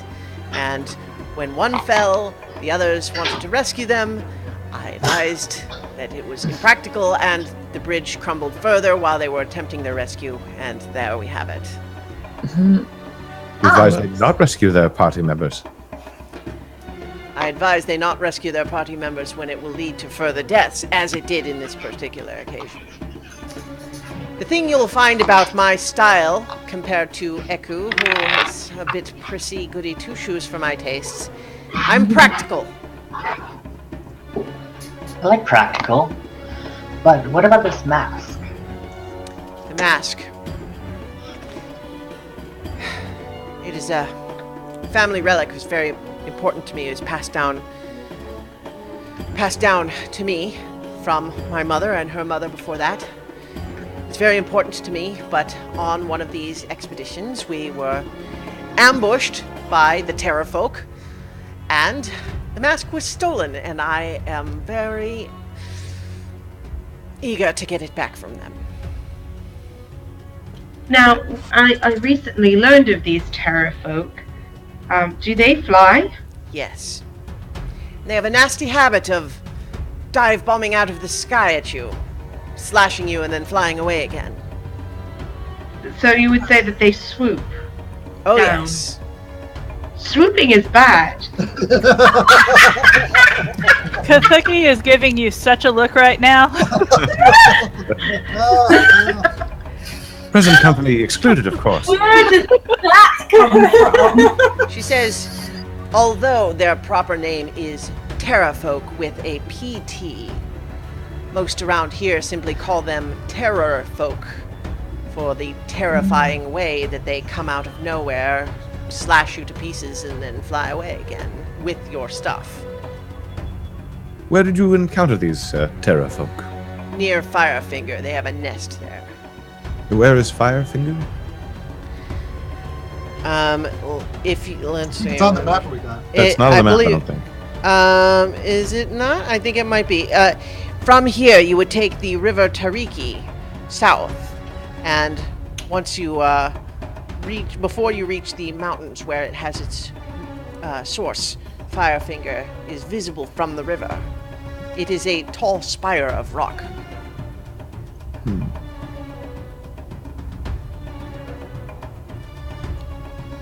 What do you know of Mbala? Umbala is a ghost town.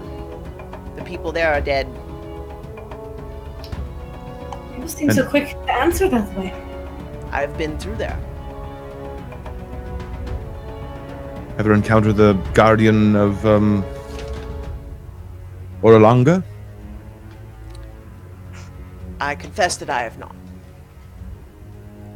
We heard stories? Oh, no, you know what? I'm sorry. I take it back. I have a list of what the different guides know, and she actually just says, yes, I am acquainted with Saja Nbaza, the guardian Naga of Oralunga. That's a lot of words. I can repeat more clearly if you like. Saja Nbaza is the name of the guardian Naga spirit that lives in Oralunga. You know, Christiana, you should get extra donations just being able to say that smoothly without flaws at all. What? Agreed. I concur. So are you acquainted in a good way? Well, the guardian spirit is a very good spirit. Will not reveal herself to everyone, but I like her. So she won't eat you. Good. No. If anything, she will just not make herself known to you. Someone has advised us to speak with her. Really? Yes. How do you mean? A man approached me, misty-eyed, gave me a message to speak with the guardian of Ulanga, east of Umbala. I'm hoping I'm saying that right. Well, speak with the wise guardian of Ulanga, east of Umbala. She can direct you to what you seek. that may, in fact, have been Saja Nbaza, the Naga herself, speaking to you through this man. Interesting. Powerful. We might be. I cannot say for certain, however, it is certainly something within the Naga's power. Okay. So, what talents do you have that make you especially good at these things? Combat ability or? I am a skilled fighter. You'll find that it takes quite a bit to hurt me. I have excellent senses, and I am able to sense danger coming before it arrives. I know many locations within the area. I know the plants and animals that you will encounter. I know many of the dangers you will find. You can help us forage when we're in the wilderness, so we don't have to carry supplies. Of course. What path would you take to Amala, or longer, really? If we were to take as direct a route as possible to Oralunga from here, we would take the River Shoshin Star, follow it south to the Alderney Basin. That is near Umbala. We would continue overland from there, west to Oralunga. And this would take how long? Things can vary depending on what we encounter, but I would guess somewhere in the neighborhood of 15 days. Okay. What is the most important thing you think a party such as ourselves requires for survival? Awareness of your surroundings. Good to know. What else do we need to know here? If we were interested in your deal with the mass, what promise would you need of us? Well, I would hope that we would prioritize a journey to Firefinger. If we are successful in recovering the mask, I would be more than happy to accompany you for the rest of your expedition free of charge. This mask is very important to me. Understandable. Our mission is of some urgency as well, however. You have noticed that holy magics to return people from the dead to full life are no longer functioning? And people have begun to sicken? I have heard rumors, but I am not magically inclined myself. I don't know the details. We are searching for the cause of such a thing. That does seem a worthy quest. Most of the people coming through here looking for jungle expeditions are simply treasure seekers. Or there may be treasures to be found along the way. Rest assured. No doubt. But our priority is ending this curse.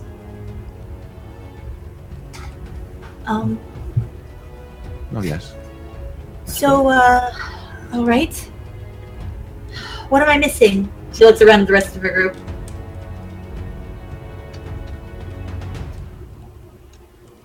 I can't think of anything. So, It's been long.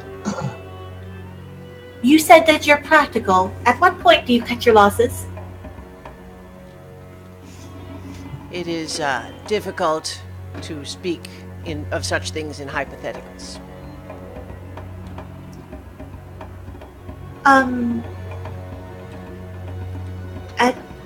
At what point do you prioritize your own safety over that of the group that you're guiding?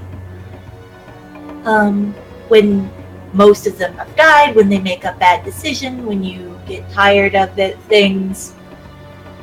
When you've got what you want in a mask? Where are your lines? I'm not afraid to fight myself. As I mentioned, I'm skilled. However, I cannot save people from their own bad decisions all of the time. I will do my best when I can, but when it seems to be a lost cause, I will not waste my efforts. Well, so why don't we consider retaining you We pay you up front. We do our thing. And then we swing by and knock your thing out after. That way we don't have to worry about you ditching us after you get what you want. I am potentially open to such an arrangement, and if, of course, we recover my mask, I would be happy to refund you the upfront payment. Cool. All right. Sounds fair. This works for me. You're willing to look over our gear before we leave? Of course. I would. Have everything. I would insist upon it. We'll need a bit of a time just to confer among ourselves before the final decision is made, Sure. but you look like a promising candidate.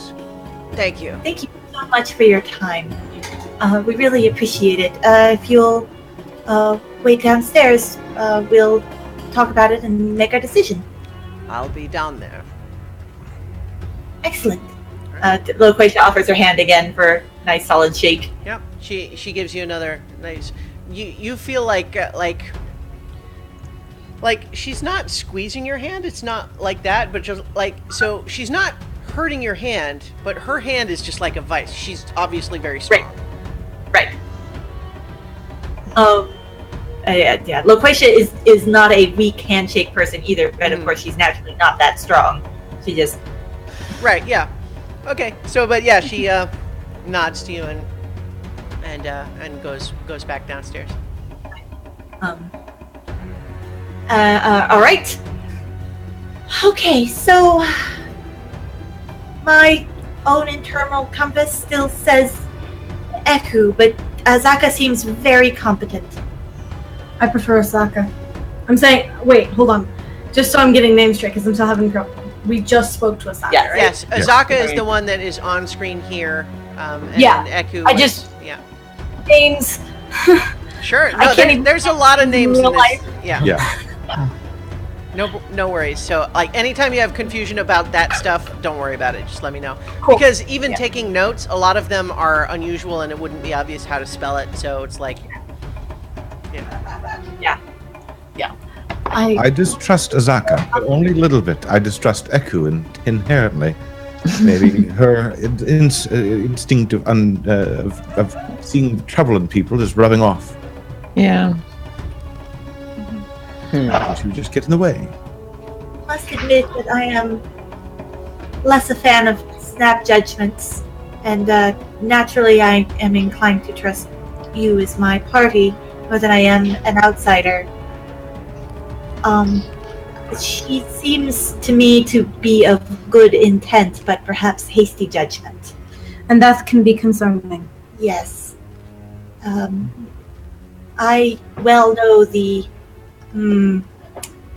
problems with prioritizing one's own moral compass above as the only way to go, not considering how other people view their environment is a hazard. Does that make any sense? Yes, that's very good. As for whether we proceed with Azaka's own quest, her own first, I would watch her. I do worry that along the way, because we're unfamiliar with the land and she'd be guiding us, she might subtly direct us toward where she needs us to go rather than on her own. At least with the river having been confirmed by both of them, it does seem somewhat less likely that she'll try to pull the wool over our eyes or the trees over our heads or something. Still, we should watch her. But I think For what it's worth, the bartender vouched for her. And again, I say that any and all of the guides could do that. Same exact thing. True. And the performer also vouched for her as well. True. I like her Don't success rate. comment here, so I wouldn't trust any of the vouchers downstairs. She may be one of their own. Certainly. It's regular, it seems. Has her own Nelia's been around the island a lot. You could probably tell if we're going the wrong way, right? No, Bellis? He's in his shell. Turtle head. Whatever you decide is fine with me. I just want to get going. Yeah. What were you saying, Kathuki? I was saying that I like Azaka's success rate. That of the 7 parties she's led this year, she had 3 return fully successful, 2 return partially successful and has only lost 1. I say that we don't know the success rate of the other person. We did not ask Echo her success rate. It's true. He only indicated she lost 1 party. So in that situation, they are equal. Yeah. I mean, So she let's did vote. admit that she left people behind and advised people to be left behind when trouble occurred. That's a little disconcerting. I don't want to be left behind. No. So my instinct is, well, to... I believe that Azaka might at some point decide to cut her losses if she doesn't think that we're making wise decisions, and might save herself, but I don't think she'd do it on a whim. I think she'd do it as a matter of practicality. Eku, I believe that if she liked all of us, she would go very much out of her way to protect those she liked. However, she has made some indication that she doesn't care for a few of us, and that does concern me. I would suggest, however, with Azaka, if we do retrieve this mask and we're not quite done with everything we need to be done, that we can hold on to it for her until we're done.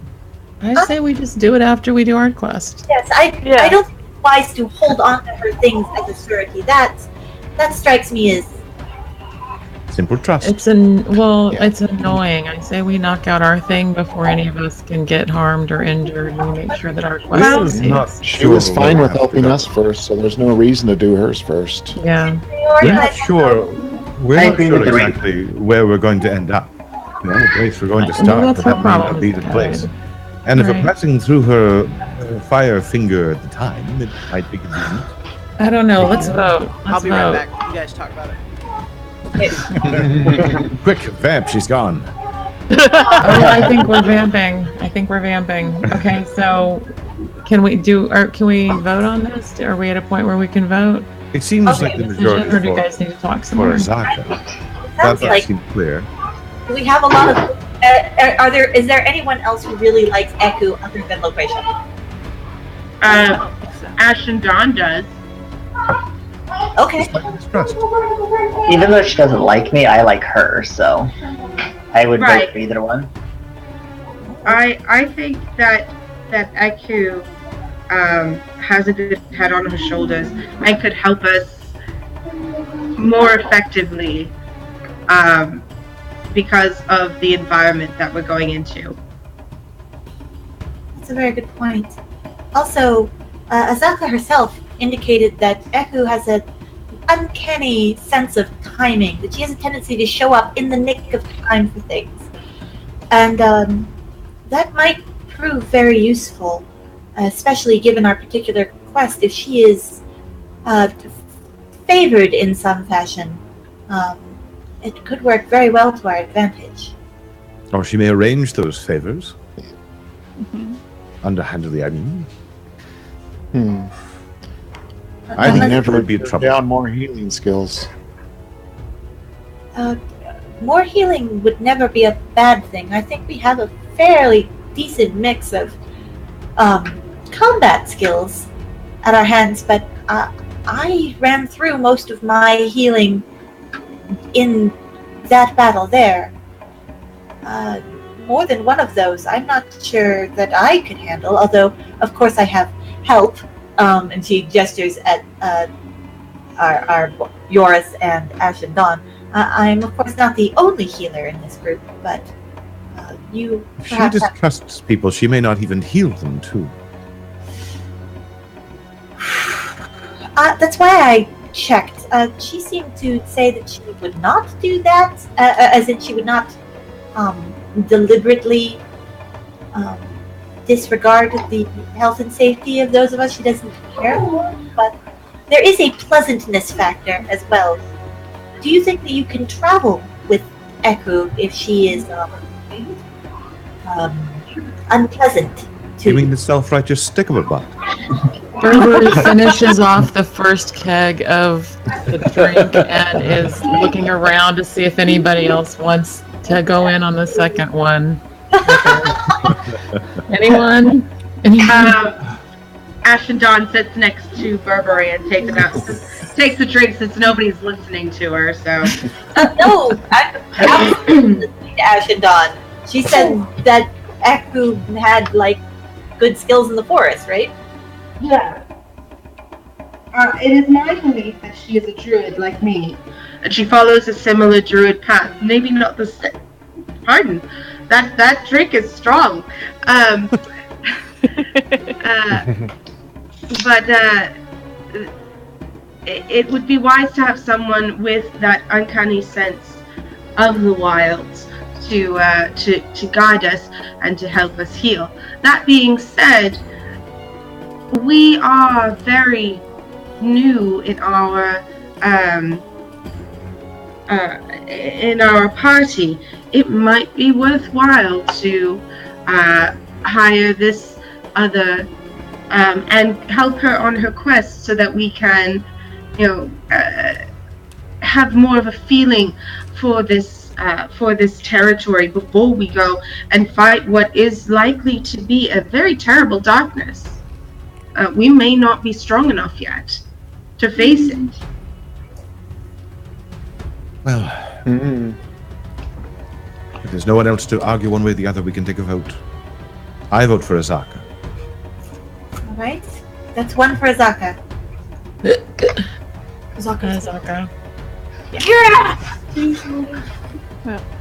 Yeah, I'll vote for Azaka as well.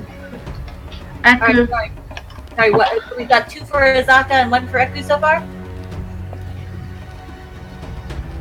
Is that what I heard? Okay. I vote for Azaka. Azaka. 5 for Eku. I'd vote for Eku. 3 for Eku. So do we want to hire a side guide? You have a guy that wants to Get this party moving. So that comes down to 5 Azaka, 4 Eku. Burberry want to smash. Do we want to see if That seems like a clear, if narrow, majority to me. And that is the way of things. So Short of hiring them both, which somebody had mentioned before. we can't afford them both. I was going to say that adds up to 300 gold. Just to begin with. Could We nine can't afford that even just to begin with. I don't think. if we promise to do 450. Azaka's quest first, we could afford them both. But would But they we work? might lose our. If the suspicions are proven correct, she could bail on us. I still say we just take Azaka and we go and we do our quest first and we get the refund later. And if you guys want to hire a coup too, here's my 50 gold. Do what you guys think is smart. Let's just get to smashing. How much? I Are mean- you being promised? How Sorry, much what? is the promise if you guys lift the curse? There's a some There's sort a personal reward for each of us. of. From our employer. I don't Yes, know but if we can. are you arguing about pennies when copper when gold is on the line? Oh, so we're Not really. mainly at what we can afford now. There being no immediate guarantee of future income, and if it takes 15 days just to get to Mbala, well, that's half of that fee right there, right? So, okay, so then we can't afford both, and Azaka won the vote, so maybe we just... Is that our decision then? Let her know. I think And so. that is fine. Yeah, just to I clarify, will the respect the pricing, majority. the pricing was, is 30 days up front, but then it's just 5 gold per day each day Yeah. Right. after. Yeah. Right. Mhm. You don't have to do another 30 days up front. It's just Right. But we don't know how long. Fiver. Yeah, who knows how long it's going to take or whether we find any gold along the way. Okay. All right, well, that's decided. Simple math. Let's call Azaka up and get this thing started. Okay. I'll go down and do it. I will go with you because I want to speak to Eku. Of course. I'm going to take over the map. Makes more sense. I see. So Ashendon and Loquacia descend the stairs. Mm-hmm. Are our two people like standing on either side of the room or something Yeah, like that? pretty much. It's like one of those Mass Effect decisions where it's like, Do all the which do you dialogue choose? options before Yeah. the last. Okay. So I will go talk to Eku. You can go talk to Azaka. Please give her my thanks and regret that we cannot afford to bring her with us as well. I will. And then I will go to Azaka, just Okay. to confuse the shit out of them. It's like a damn reality contest. Okay. Is someone going to Eku right now? Yeah. So Ash and Don is going for Eku at the same time Loquacia is going to Azaka. Okay, so let's do Eku first. Ash and Dawn, you're Okay. approaching Eku. Yes. So I say, Eku, may I have a word? Of course. She's a little bit cool towards you, but Hmm. I don't understand why one follower of the path should be so cool toward another. you do not have. Do we good, not have the same? You do not have good in your heart, or at the very least, I it is do not- balanced with bad and evil. Damn. Honoring the balance of nature is not a sin. Balancing good with evil is. She's not even. She's not nice. I understand your opinion and I respect it. That's the way she's doing. Even still, we did have to take a vote, and while we could not bring both you and your competitor with us, many of us did want to have you with us, but not enough to hire you. I wish you good fortune in the future.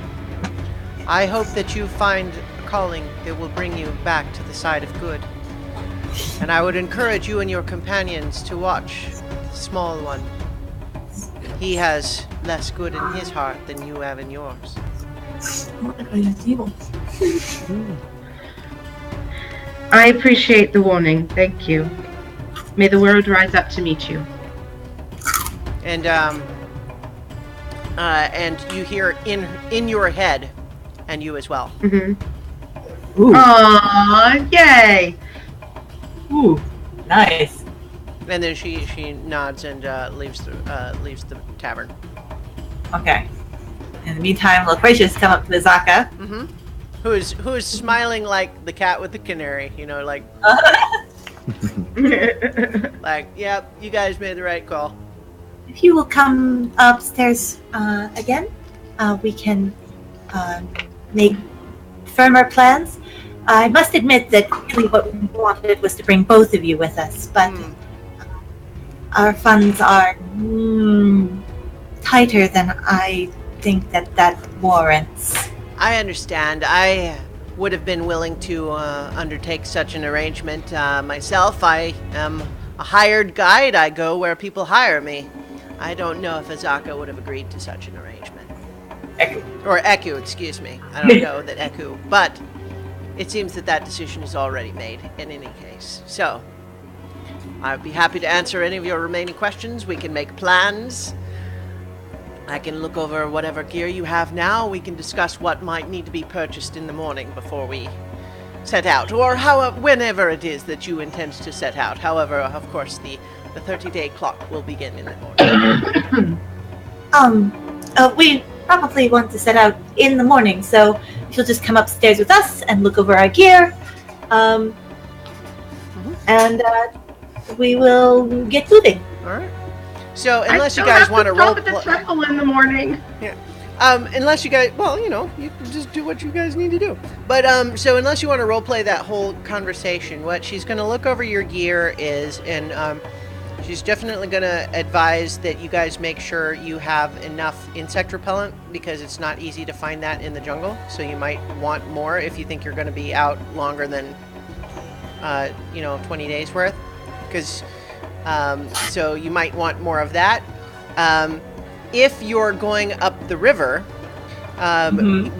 whichever river you're doing, the Shoshin Star River is the one that would go more towards Imbala. The Tiriki one is the one that goes by Firefinger, but either way, she says you can travel faster along the river if you buy a canoe. Okay, how much is a canoe? A canoe is 50 gold. It will carry 6 people, so for a party this size, you might need 2. Oh boy. Well, remember I can fly. And what she says is that you guys don't have to use the canoe. The canoe's just faster. It's up to you. Canoe, but can you afford it? If the canoe saves you a few days, then how much supplies and guide time does that save you? People are dying. Yes, every day we wait. Never had a canoe, so why not? We might also miss some of the more dangerous things in the world. She nods and says that's true too.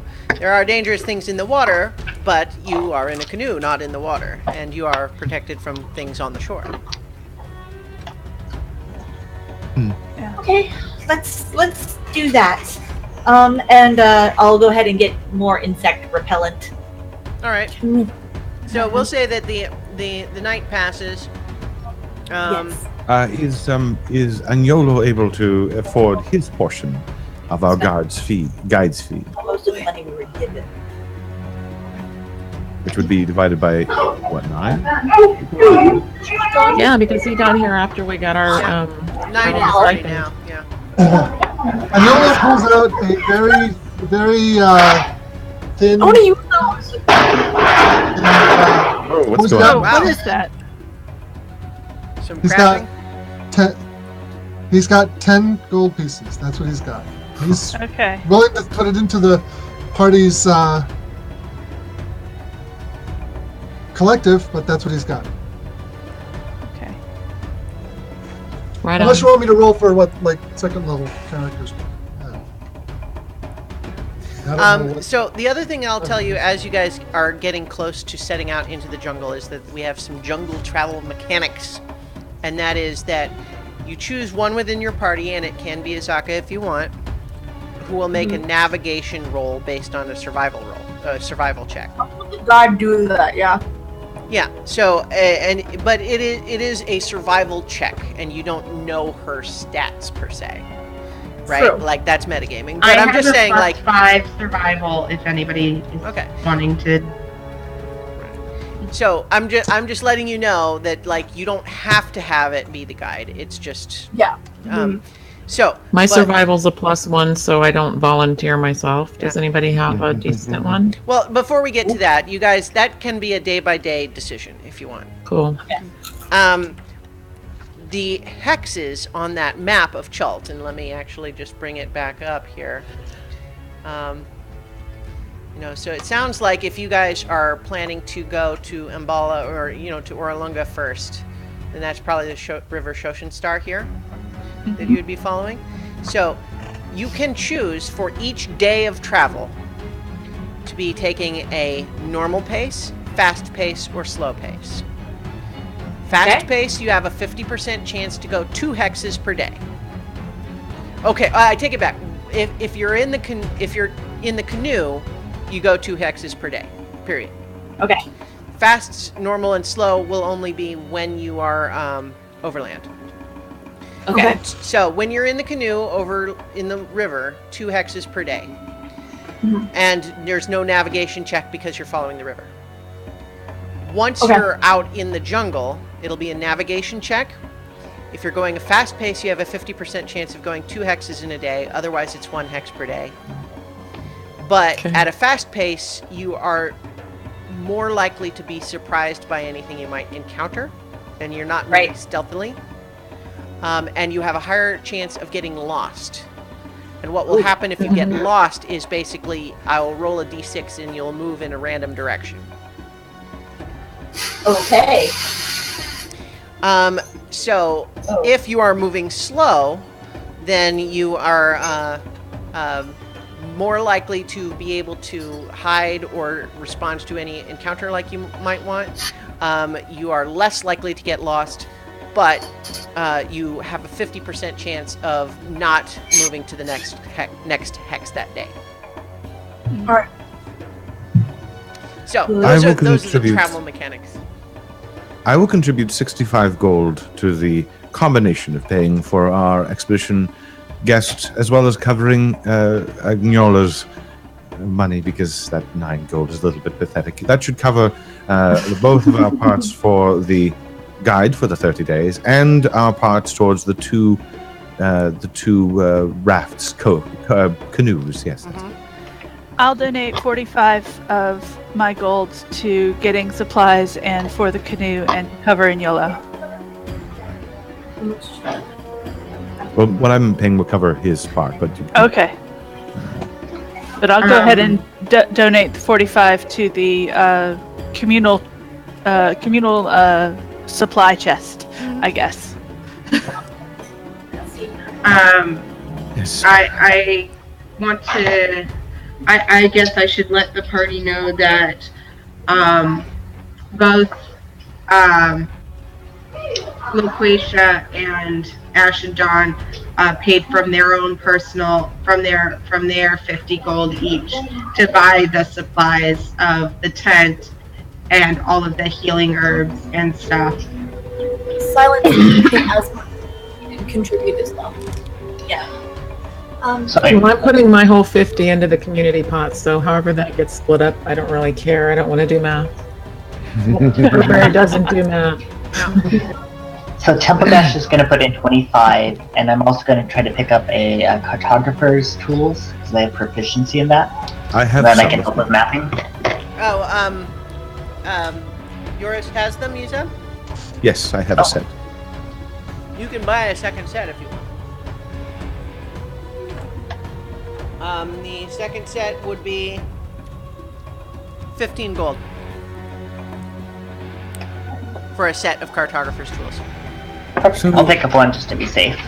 The herbs and spices and things that you picked up before. How much do we have for that? It's the most necessary one was the bug one, I think. So, how many uses of the bug repellent did we get? Well, since our guide indicated that I needed more, I decided that we needed 15 instead of 5 vials of bug repellent, and that's Right. 20 doses. Right. So basically, we have enough almost for for 2 each of us. yeah. So basically, if you have like 1 vial for 1 person is enough for 20 days, Yes. Oh, I see. Okay. and you have Yes. 10 people. Yes. So I divide that. I divide the. Do you think I should have 20? Do we think we need 20? I feel like we should have extra just because, who knows? We might pick up more people than our party, and having more might be handy. Just saying. I mean, we met this nice guy. This nice here. There could be other Alright. people arriving. Ah. Dude, the I'm best saying we might grow. You never know. So I have spent How How about much? that money. How much are the vial? Because in order to try to smooth over this part where we're just talking about money and everything, I'm willing to hand wave a little bit the shopping portion. So we can Okay. retcon a little bit if you need to, in terms of Okay. like, oh hey, I meant to get this and that. So we'll say that Azaka takes you shopping in the morning. You buy the 2 canoes. You buy various undetermined stuff that we can deal with in the future if we feel like it comes to it. Okay. Just so that we don't have to keep talking about it right now. But we wanted the shopping episode for another hour. Are you No. kidding? Let's not do that. So, so the morning comes. You meet her. Let's say you go shopping, and she first of all advises that any of you wearing medium or heavy armor are going to have trouble potentially getting dehydrated unless you make sure you're drinking enough water. Woo! Because it's Wizard! hot. It's hot. All right. Add extra water skin to my equipment. Yeah. I'll make sure mine is full with the fresh local water. But just the equipment in my outfit is a bit heavy.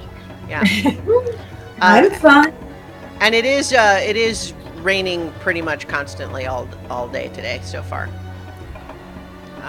But So I'm at not the going same- to take my armor, I don't think. I think I'm going to leave my breastplate. All right. I You could don't probably need- sell it. Yeah. Yeah, let me sell it. All right. So, important question: did Kentucky grow a beard? Oh, hey, What do I need to roll? roll a d20. Nice. Okay. Hold on. Hold on just a second. All right. right. 4. When you wake up in the morning, you discover that the feathers around your neck and chin have gotten much poofier and sort of like fuller, and is definitely sort of dwarf beard shaped. It's still everything just I the could hope feathers for. around your beak. Like it's the feathers just kind of over around your beak and kind of down your neck, or it's just much floofier. It looks like when parakeets do that thing, you know. Looking good, Awesome. Kazuki. You look like you got a 2-point bonus to your constitution. You So think? we did have a long rest. Yeah. Yes, long rest. And let me tell you how much you can sell that breastplate for. Ooh, breastplate's expensive. You can sell that breastplate for 400 gold pieces. So rich hooker right here. Let's hit the bar. Oh wait, it's breakfast. In fact, actually, you get the seller tells you that he doesn't deal with a lot of heavy armor, but what he gets people buying heavy armor is people who are leaving Chult, and so people who have got what they wanted from Chult and are leaving by heavy armor, and so it's kind of at a premium. Because then they're worried more about their fellow travelers than about Yeah.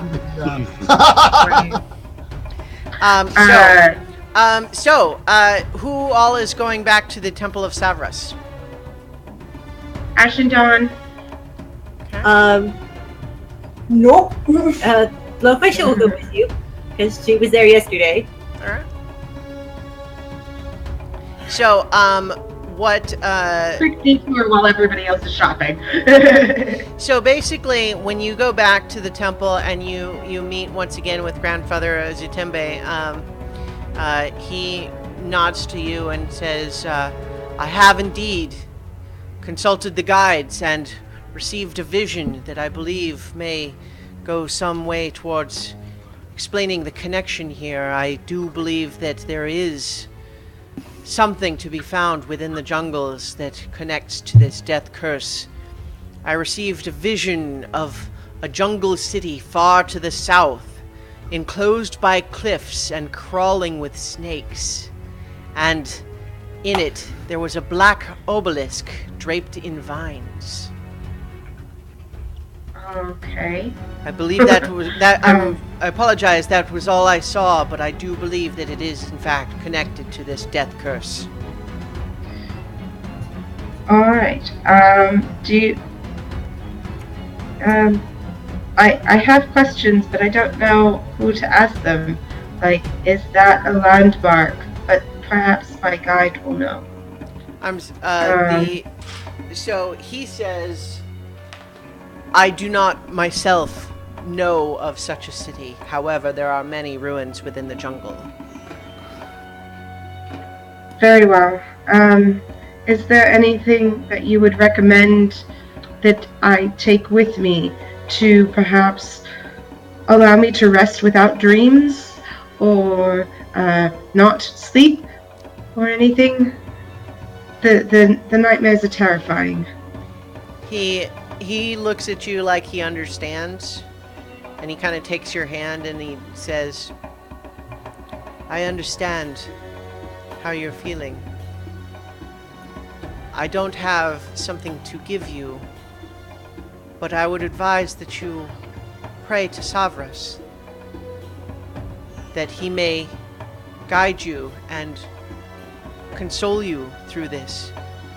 But these visions that you have, as terrifying as they may be, seem to have a purpose. Is there any offering I can make for him in the wild?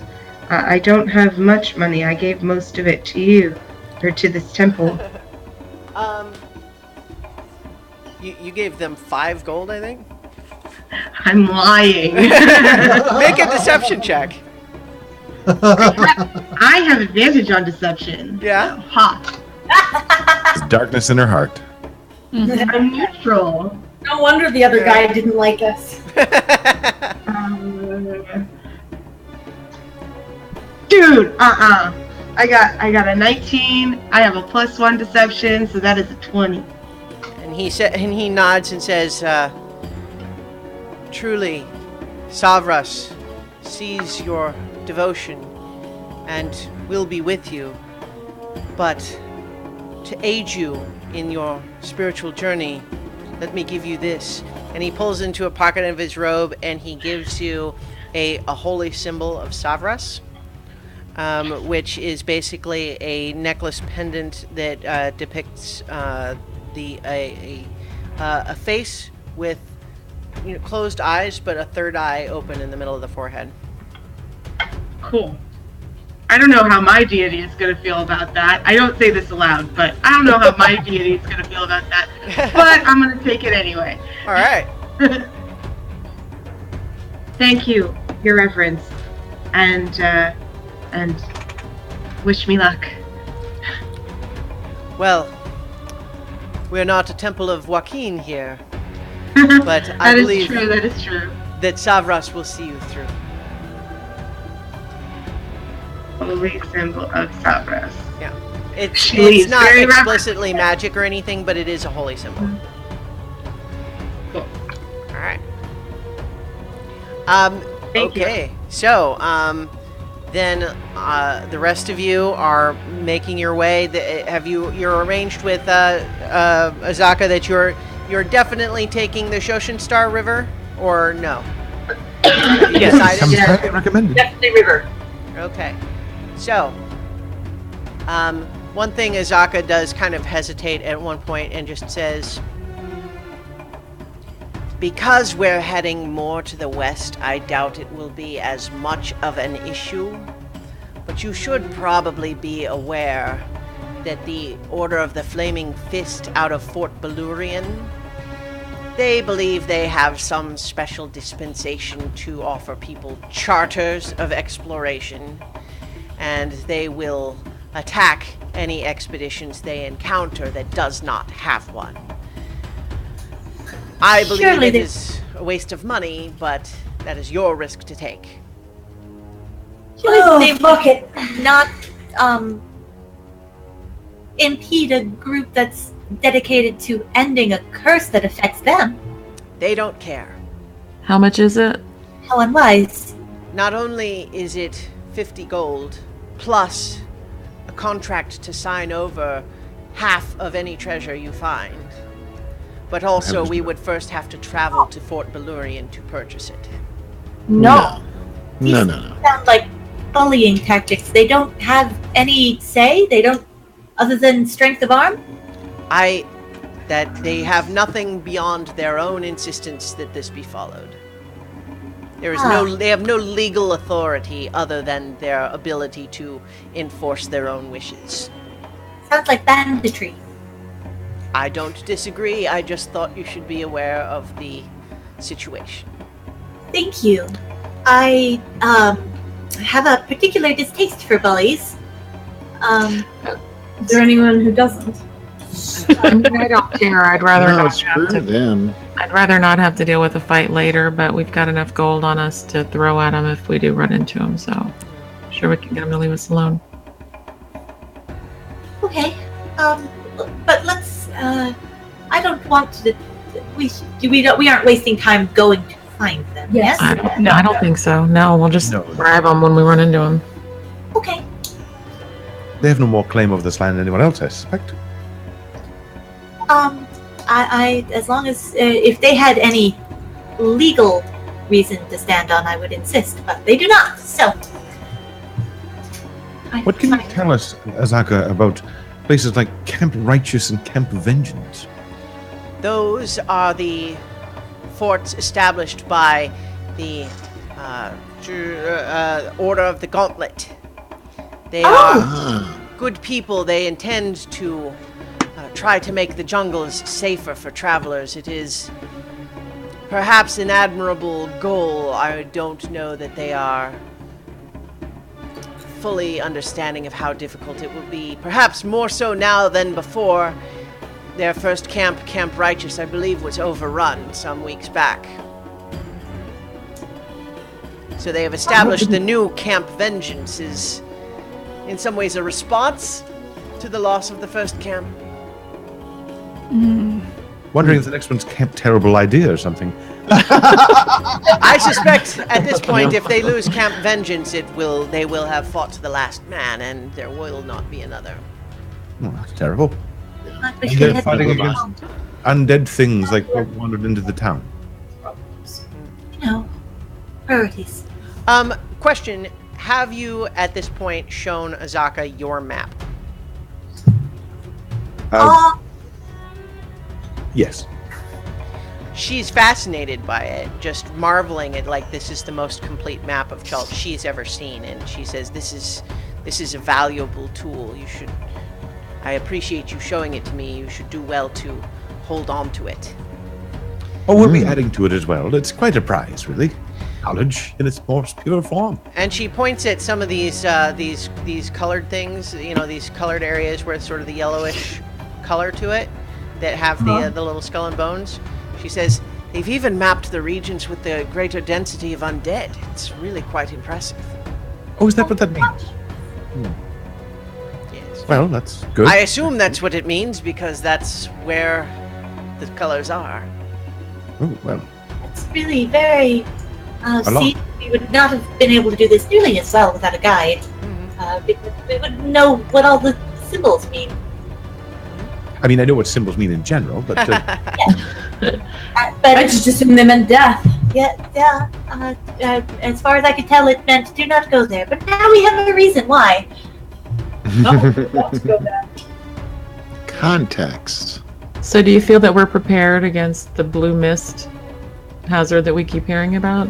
What do we need to know about yes, that? the mad monkey disease mist. To some Sounds extent, fun. there's little you can do to prepare. You simply avoid it when you see it, and sometimes it can drift into your camp at night. So we may need to keep someone awake in shifts to ensure that if the mist starts to drift in, then we can move camp. Naturally. We have some of those beetles as well that are supposed to fix it. Ah, yes, those are excellent. It's a wise purchase. We may not encounter any, but it is one of the jungle hazards, to be sure. Oh, damn. Awfully fair. I never did get to perform with Dunlap again. I was meant to do that last night, but we get so busy with all the interviews and things I forgot. Let's, if you want, we can say that after you guys did your negotiating, you went and played a couple of drunken rounds. Drunken audience, I was perfectly sober. Ah, fair enough. All right. Does anybody know where the mist comes from? Is it just random, or...? She says, I believe it is magical in origin. There is a lot of magical history in this region. There's something labeled the Mistcliff Mountains here. That doesn't suggest mist, does it? The Mistcliff Mountains are named because they have a very sheer face that faces the ocean, and the clouds sometimes drift over it in a way that resembles a waterfall. Oh, that sounds delightful. Alright, we are moving. We are on the road. Speaking as a player, can we please get on with it? Yeah, okay. So, you get underway. And we actually, let's say,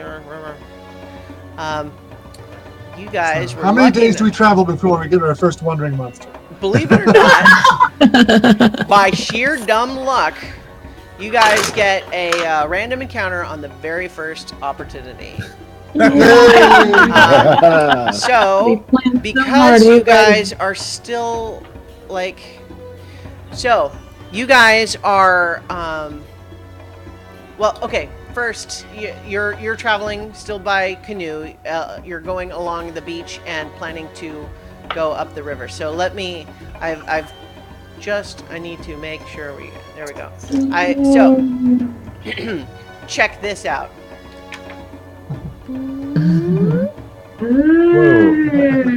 So that's your exactly. So that's your first day, and so you're still kind of on beach territory. You have not really quite made it into the river mouth yet, but as you are getting close to the mouth of the river, in fact, you're just approaching it as you decide to camp for that day. But you see on the coast is a beautiful flower that it actually looks kind of like, it's large, it's about 5 feet tall with sort of a woody trunk, but then the top of it has 3 flowers coming out of it that are different colors, a red, a yellow, and an orange one. But we heard about that. We need not touch that. We need to stay away from that. Yeah. That looks like a bad thing. We should not go anywhere near it. It's a flower. Right? Yeah, Look over at Azaka. beautiful. Yeah, Azaka nods and says, yes, that's a tri-flower frond. They're dangerous. They can move slowly, so the real hazard with those is not when we happen across them like this and can keep our distance, but rather that they will sometimes creep into your camp at night. Oh my. I'm taking notes. This is going to be an excellent book.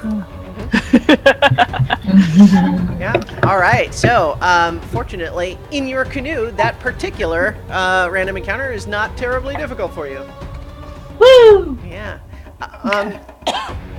You discovered, though. All right, we gain a level, right? No, not yet. Another hour. You know what? For that matter, though, let me. That just reminds me now that we're on route. Let me. I have a new music ambiance for us. We've had this one for a long time. I've just been playing whatever music I have on my side, and it's really weird interfacing that with the rest. Yeah. It may have influenced some of the poems I've come up with. If you're following along on Tabletop Audio, this new one is called Rivertown. All right. Okay. And Kathuki is flying above the canoes. She's just kind of hovering up above them. All right, so what you discover, though, is that as you traveled, perhaps you were flying overhead, and probably being careful not to get too far, you can definitely see in the distance that the jungle is thick enough that once you're in the middle of it, from above the canopy, you won't be able to see what's below it. Okay. It's too thick. But as you guys are camped out kind of on the beach, here, the rain actually starts kicking in, and it is a torrential downpour. It is. Put the book away.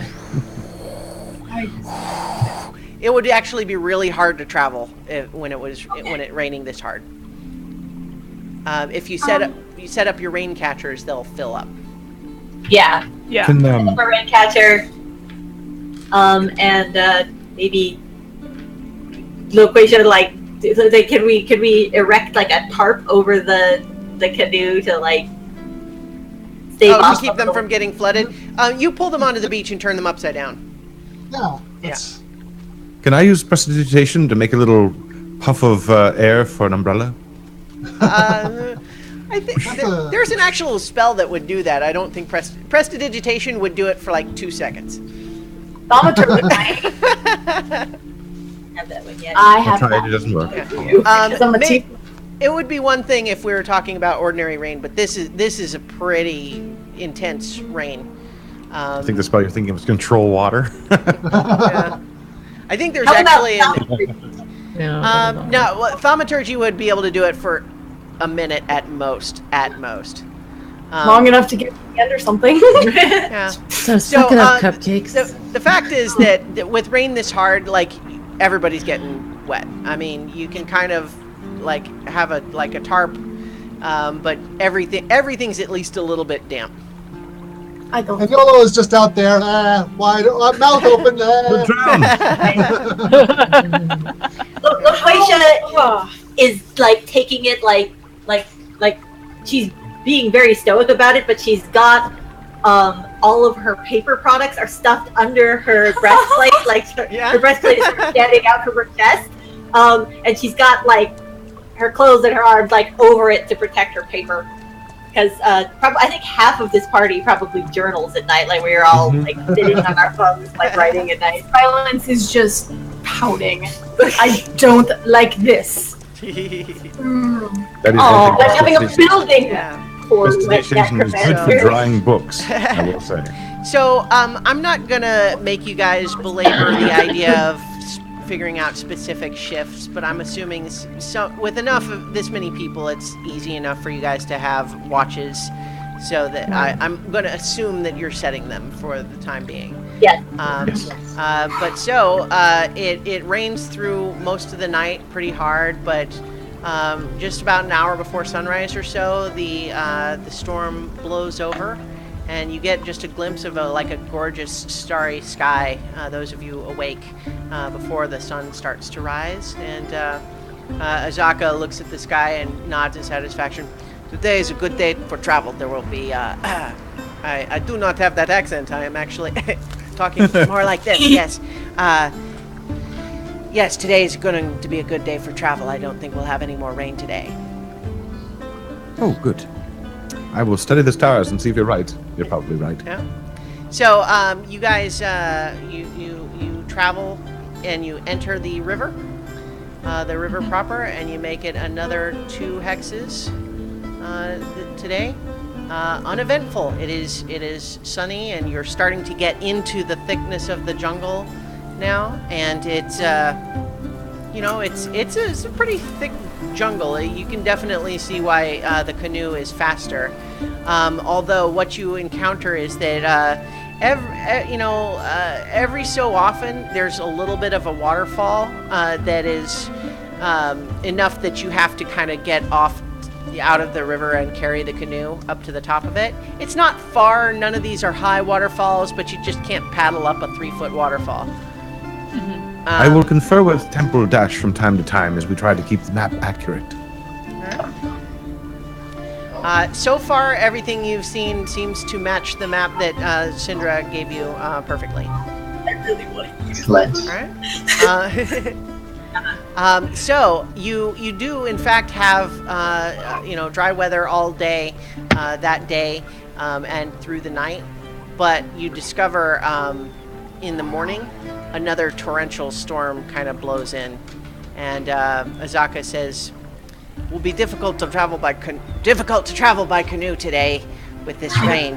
We can perhaps wait it out or make an attempt, but I think it will be slower going today if we attempt it." Should we walk then? Be more dangerous.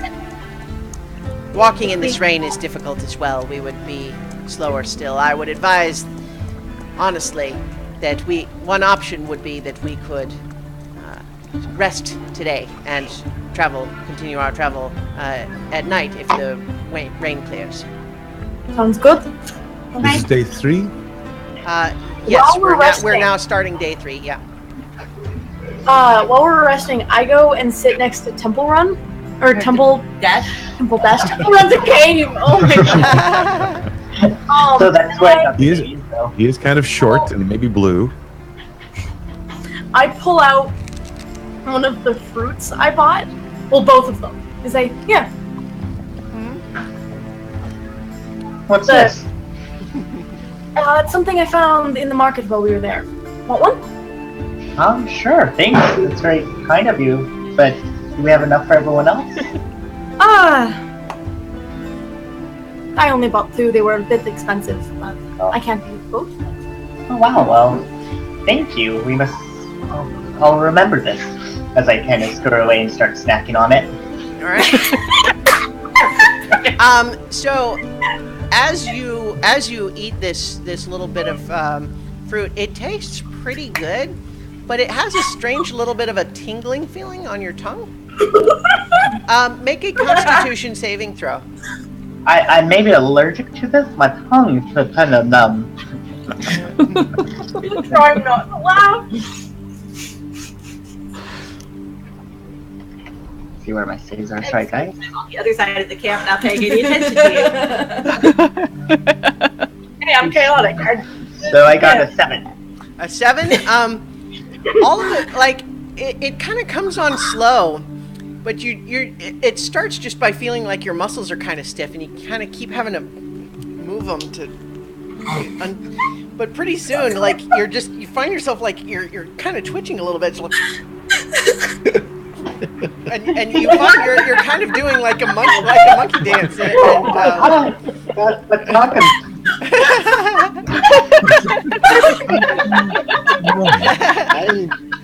And everyone is probably pretty entertained. After about a minute, it's that feeling of your muscles kind of starts to relax, and you're like So you hold right?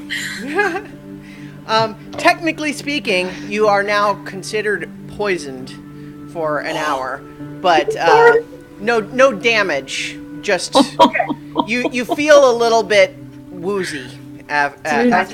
You're right. I thought the monkey madness was worse than that. Azaka just rolled her eyes at this whole little exchange, by the way, but she just says, "Mad monkey fever is different. That is a dancing monkey fruit." Is everything a monkey? All the Not bad everything. things can be monkeys. Oh.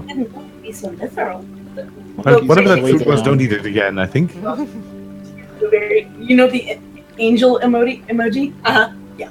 Equivalent to that.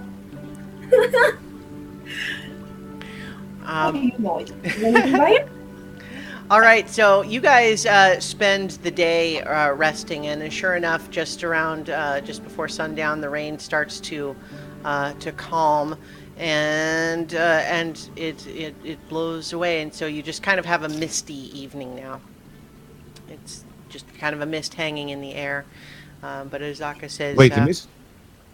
Is this the mist? It is. She just says this is ordinary mist. The mad monkey fever mist is noticeably blue. Well, we've had enough monkey business as it's been today, so I'm glad to hear that. I'm gonna say that. We know. So, so she asks, so would you like to travel now while we can? Rains could return at any time. We may as well make the time when we can. Yeah, I think we'll move whenever we can. Why not? A little harder to find landmarks at night, I suppose, but we can do it. Yeah, so you make another 2 hexes worth. So it is now day 4, and sure enough, your decision proved wise, because as soon as the sun starts to rise, it actually starts another sort of torrential downpour. Oh, you're kidding me. So you are once again in the position of pulling up to the banks, finding a nearby clearing, and just trying to do your best to wait for the storm to pass. And Start composing a song about the rain, I guess. He just curls up in his shell and he's completely comfortable. All you have to do when you wake him up, just knock on it. Loquacia takes time during these downtimes to work on getting to know each one of you, but she spends his special time with the bard working on his celestial with him. Happiness springs forth like fruit from Barad Day. I don't know what that word is.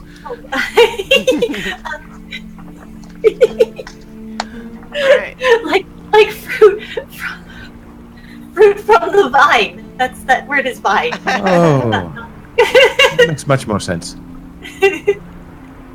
So, you guys rest again during the day, and then once again you get the night that night the kind of clouds all blow away and you have a clear sky?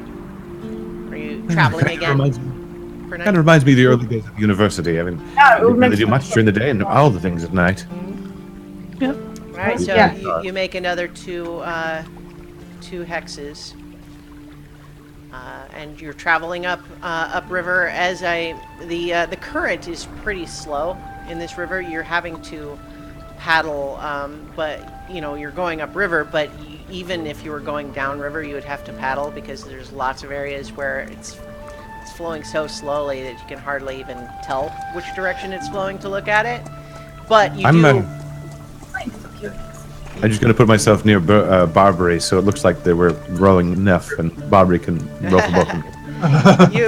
You do have periodically, like before, every 10 miles or so, there's little waterfalls that you kind of have to carry it up around. It's not too inconvenient, but it just kind of breaks up the rhythm of being in the canoe.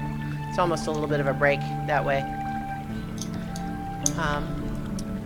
So in the morning, you travel overnight, and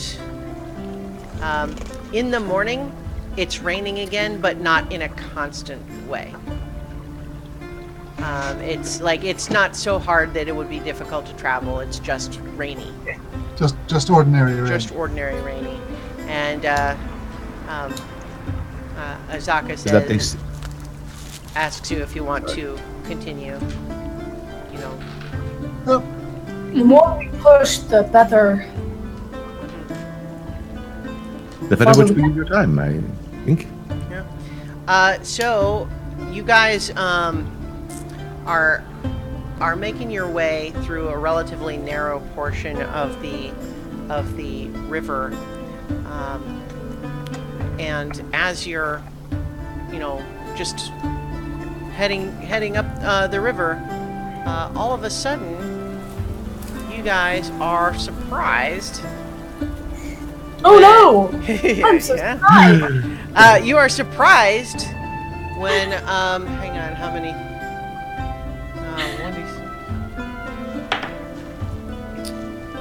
Oh, all right. All of a sudden, 6 snakes that what seemed like were just vines, all of a sudden spring out of the trees straight at Whoa. you like spears almost. And Why is it always snakes? yeah, and so we're getting a surprise attack against, let's see, Kathuki, are you still flying overhead? No, because the canopy is too thick, so I'm Right, actually yeah. in one of the canoes. All right, so 1 against you, 1 against Burberry. Well, let me do these individually so I don't forget. All right, so this one is against Kathuki. 16. Yep, that hits. All right. And so you take.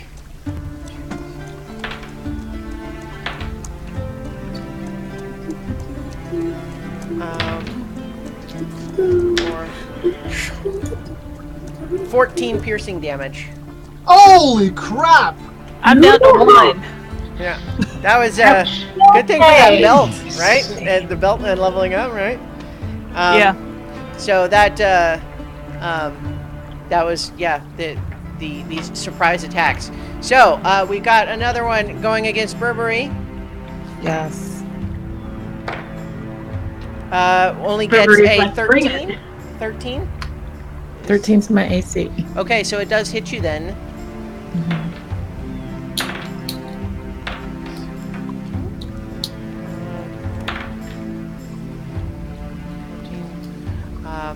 16 piercing damage. Oh wait. As these things can spring out like spears. So does danger sense help at all? I unlocked that at level 2. That I believe gives you dexterity advantage on dexterity checks when you can see the attack, but this is a surprise round anyway, and it's not a Gotcha. dexterity check. It's these things Okay. are just attacking. All right. Oh. How much was the damage? 16, I think is it? Okay. All right. 1 against Temple Dash. That's a crit, which is bad news for you, man. Oh yeah. Sorry, man. Still a little stiff from the monkey fruit. Yeah. Hang on. Okay. 15. Anytime. Okay, I like neutral character. It's 35 damage. Oh, I think that's all for me, guys. Holy. That might be. Does that kill you straight out? I think it might actually. I have 12 hit points. I'm not sure how I'll mess up. Yeah, basically, Oh my god! the damage, if it's enough to be like take you more negative than your total, that's kills you straight out. Instant death. What it I'm sorry. That's a critical hit from a Jakuli. Oh no! No. So we've Triple got, dash.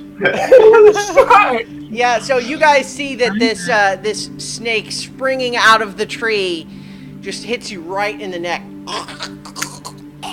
crushing your windpipe. Are you able to say anything or do anything as the life is leaving you? Don't shave the beard.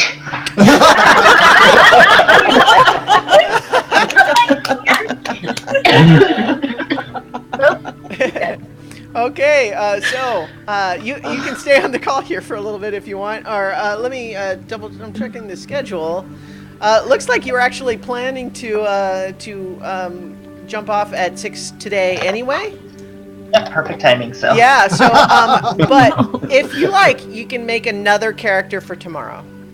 Okay, cool. Thank you. Cool. Yeah. All right, See you so guys tomorrow. we've had our first casualty. Oh no! Oh All right. 515. Yeah. So that was 3 attacks, I think. You guys just Yeah. had bad luck that the random encounter is 1d6 Jakulis, and I rolled a 6. So there's 3 Wow. more. This one is against Azaka, and it does hit her, Gosh. but it basically zips in, it hits her on the shoulder, and she just kind of looks down at it like she's annoyed, like Wow, she's tough. That's Arizaka. yeah. You might be the only survivor. Okay. She is definitely. I mean, she noticed what's happening here, though. That like, so she is. As soon as she's able, she's going to be doing something about this. But this is a surprise round.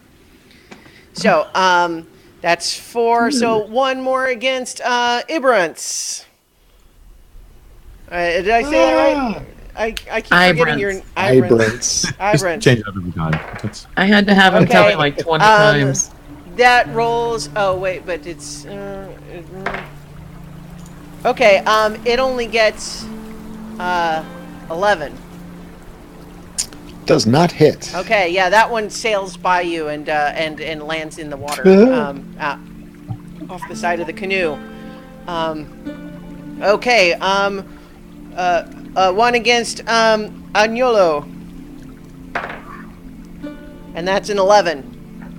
Bounced off my shell. Bonk. These things are not Turtle. super, All right, and then 1 more going against Loquacia.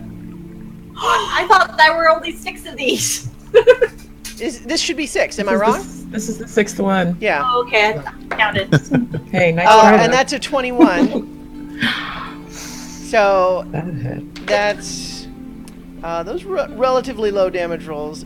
So only 10 piercing damage. Okay, not dead. Or unconscious. All right. So now we're rolling initiative. No offense to any dead people on the call, of course. Yeah. Alright. Okay, everyone roll initiative, and we're gonna same routine as last time. What's it? 20 to 25. Yes. Yeah. Yeah. 21. Okay. X. 21. 15 to 20. Here, 19. Here. Sorry, I failed to roll my dice Okay. because I was trying to adjust my hit points. That's fine. We'll do it now. Oh my god, 18. 18. Yeah. Okay. Also, I got Okay, Burberry is 18. So I have Agnolo, Loquacia, and Burberry that were all within 15 to 20. Was there someone else? And Ash and Dawn have 15. 15. If you scroll all the way down, it should be there. No. Okay. Now, 10 to 15. Damage. The red box. Right there, yeah. Was there anyone with 10 to 15 initiative? Nope. Nope. No, it's died. Okay. 5 to 10. Ibrance got 8. Yours has 6.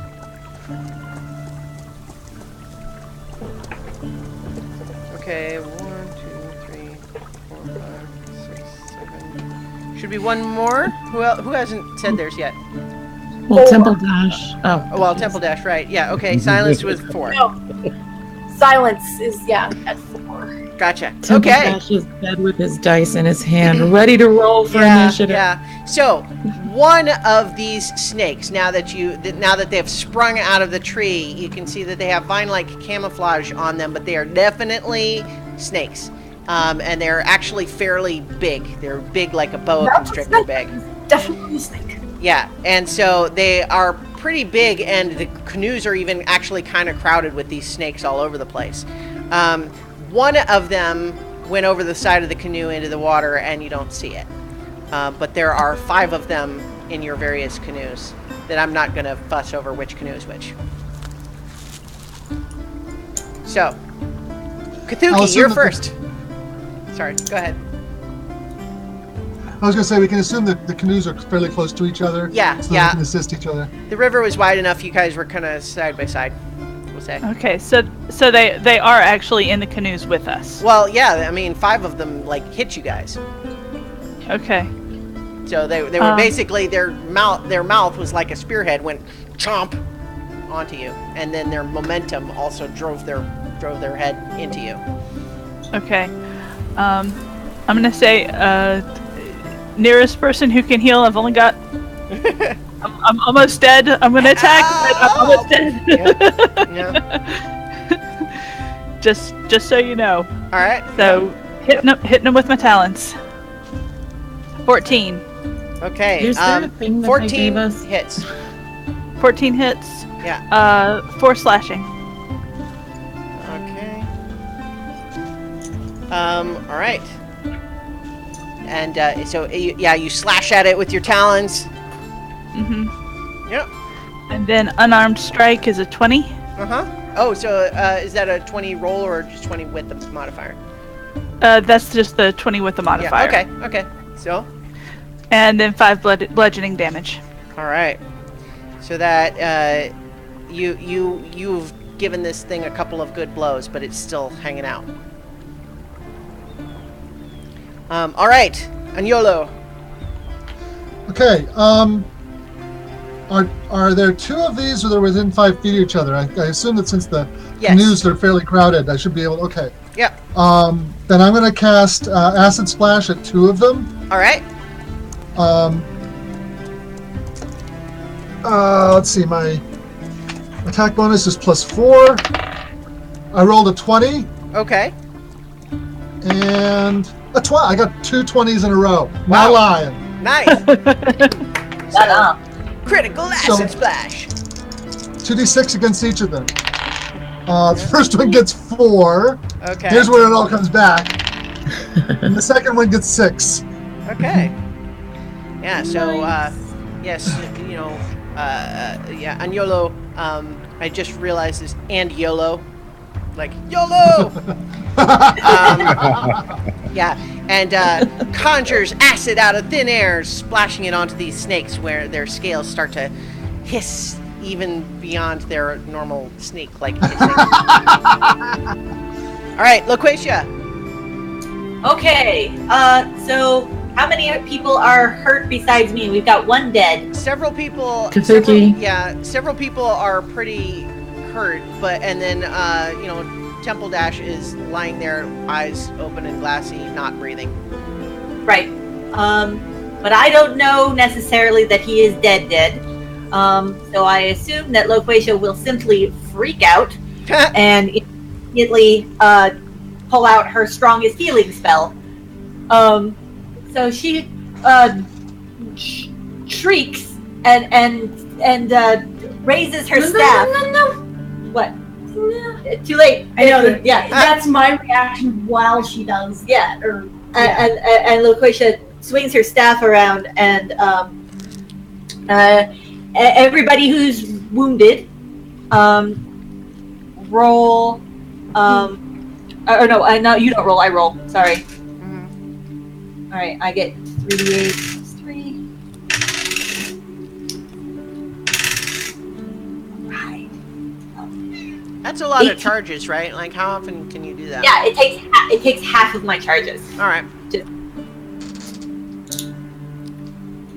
So how much was the healing? 18 18 points of damage. All right. Sweet. I think that probably has everyone back to full, except of course you feel that and you watch, and Temple Dash there's no response. He does not. The healing does not has no effect. He's dead. And in fact, now that that snake that was on him has kind of fallen away a little bit, you can see that basically his neck has just been like crushed. All right. Tears immediately start streaming down Loquacia's face. Mm-hmm. All right. So, Burberry. I'm gonna let's see. What is the so a great axe in a canoe? You're good with it, I mean, yeah, I'm good with it. All right, so I'm gonna hack at the one that just killed dear old Temple Dash. Are you raging? I'm pretty pissed off. Yeah, my Yeah. dude just died. That's fair. Yeah. Mhm. Huge. Yeah. So 12 plus 5, 17. Okay. I just realized I need to roll initiative for Azaka.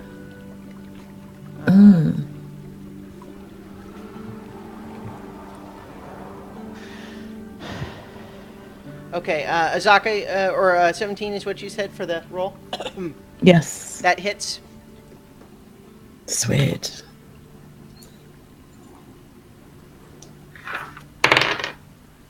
And 2. So it was +2 for the rage. Mm-hmm. I was adding a +3 before, and I can't remember why. Well, so your attack should list on there, like, I'm pulling it up right now. So, Oh yeah, there it is. Yeah. Okay, so it is. It's So your strength 13. modifier is 3, so it's 1d12 plus 3, and then another +2 for when you're raging. So how much you Okay, said? there it is. 13? It is 13. All right. You deal this thing a pretty severe blow. It's very wounded at this point. All right. Now it is actually Azaka's turn, and she's looking both irritated and a little bit like frustrated. Like, I can't believe I lost one of them already. They're going to be mad at me for this. That sort of body language. But she takes out her scimitar, and she's going to make 2 attacks against 2 of these things. Ooh. You know, not 2 attacks each, but 1 against Right. 1 each for 2. That's 1 hit and 1 miss. The hit is 9 damage that she slashes against the one that hadn't been hit yet. Alright, and then the other one misses, and then she just says, "They're Jakulis. Now that they have given their spring attack, they're not as dangerous, but obviously the spring is the hazard. Just cut them up." Alright, so that is Azaka's turn.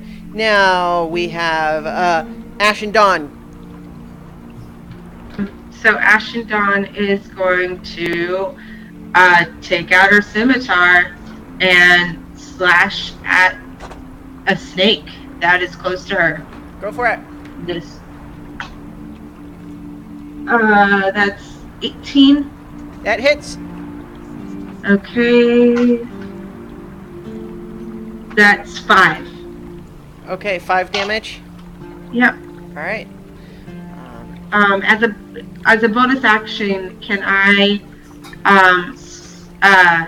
use Shillelagh and swing my quarterstaff in my other hand? Shillelagh lets you make an attack as part of the bonus action. I feel like usually you cast the bonus action Shillelagh and then attack. Am I wrong? Okay. If you're doing two-hand fighting bonus action hit, if that's what you're saying, you can't do Shillelagh and that. You can do one or the other. You can cast Shillelagh and have it up for next time if you want. Okay, I'll cast Shillelagh then. Okay. All right. Now it is the snake's turn. The one that Burberry hit is injured enough. It's going to try to retreat. It's going to try to climb over the side of the boat into the water. But you get an opportunity attack, Burberry. Mm-hmm. So yeah, that's happening. Yeah. Just roll my yeah. So Regular attack. Right? Yeah. Okay. 9, 14. Yeah, that hits. Sweet. 16. Yeah, that's plenty. You chop this thing in half, and both halves kind of drop to the bottom of the canoe and flop around. Happy. All right, now the other 4 are making attacks against their respective original targets. So one Kathuki. That's a 22 to hit. But for when it's not able to spring out of the tree, its attack is somewhat less. Rolls high. That's going to be 12 piercing damage. I was like near, unless it crits. Yeah, it wasn't to crit, but yeah, it did. So without the momentum of their spring from the tree, it's not quite as strong an attack, but it does have sharp fangs. It sinks into you. Another one at Yoris. What? But no. That is a 23 to hit. That's just barely enough. And that's another. It's relatively 12 piercing damage. Oh, well, that hurts a lot. Another one at Azaka. And it sort of darts out at her, and she just and it misses. She just ducks out of the way. And then who? I think one had attacked. Yeah, Ibrance. It's gonna eat me. Actually, the one that had originally attacked you was the one that went over into the water. So the one that had tried to attack Agnolo is dazed from bonking into the shell. So that one is stunned for this turn, I'll say. All right, Ebrance, it is your turn. Okay. Can I see the one that went in the water? No, it's below the surface. It's okay. Can't see it. Then I will attack the next nearest. That's. Yep. There's 4 of them remaining. Chomping on a friend with Witch Bolt. All right. Oh, I got a 6. Yeah, unfortunately, your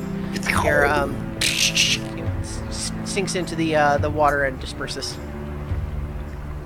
All right, Yoris. Ow. Snakes. Why does it have to be snakes?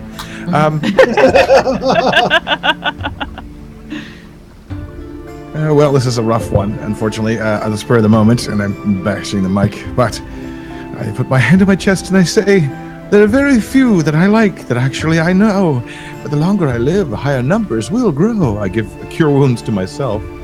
Because that was 3/4 of my hit points. Yeah. Oh, and I maxed it. So I get 12 back, or 11 back, which is nice. Use all those.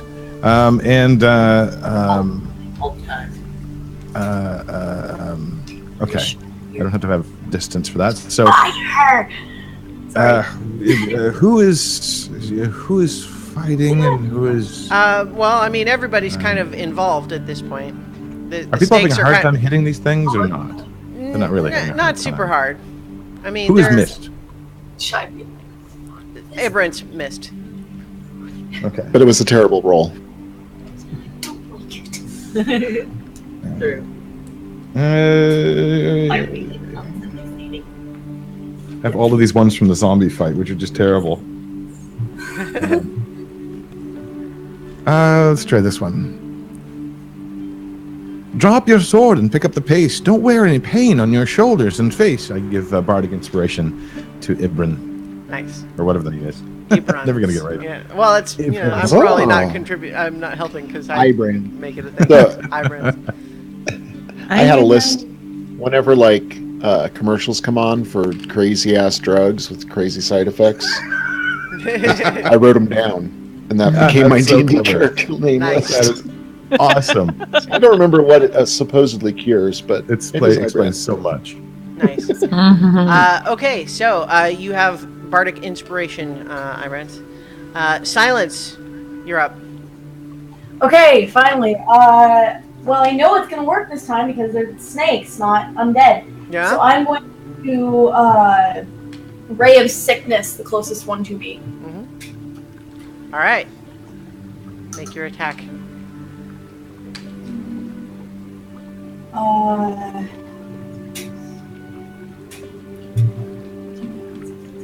19 to hit. Yep, that hits. Cool. It's 28. It also it needs to make a Constitution saving throw. Okay. Gets a 4. Mhm. That fails. Yeah.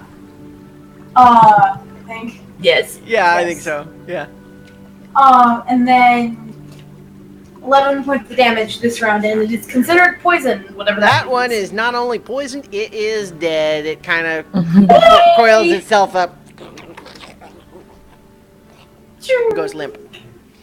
All right, that one's dead. Okay, Kathuki, we're back up at the top of the round. You got still this one in your face. It's hassling you. Okay. Yeah, I'm gonna attack. I'm gonna Yeah. spend a key point and try out flurry of blows. Well, I will let you hold the key point. Make your first 2 regular attacks then first, the Okay. talons and the unarmed, and then if you need it, you can do the flurry of blows and make the third one. Okay. Just because this one is already wounded from the last time, so you just, I won't make you spend the key point if it turns out. Well, okay, you can spend the key point and have the extra attack and just do it on a different snake if you kill it before that. Okay. All right. Talons. Okay. Talons. 8. 8. 8, yeah, an 8 misses. Unarmed strike. 24. 24 hits. Or bludgeoning. 4, you said? Yeah. Okay. Yep. Bless you. It's still moving. Okay, and so I just do unarmed strike again Yep. for flurry of blows. Yep. 12. All right. 12. Unfortunately, it misses. You kind of get a glancing blow, but it sort of just rolls its little snake body. Yeah. So everyone watches Kathuki do some fancy moves, but unfortunately just can't quite connect with more than one of the hits. Okay. Agnolo. I'm going to cast Chromatic Orb at the one that that attacked me. Okay. It is, and I'm going to choose lightning damage. All right. And I rolled a 19. That hits. Okay, 3d8 damage.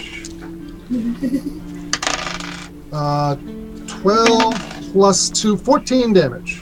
It goes, and now it is a cooked snake. It's dead. Okay. All right, yeah, you killed it. Killer! Azaka is, it's her turn now. She's got her scimitar out. That's 2 hits.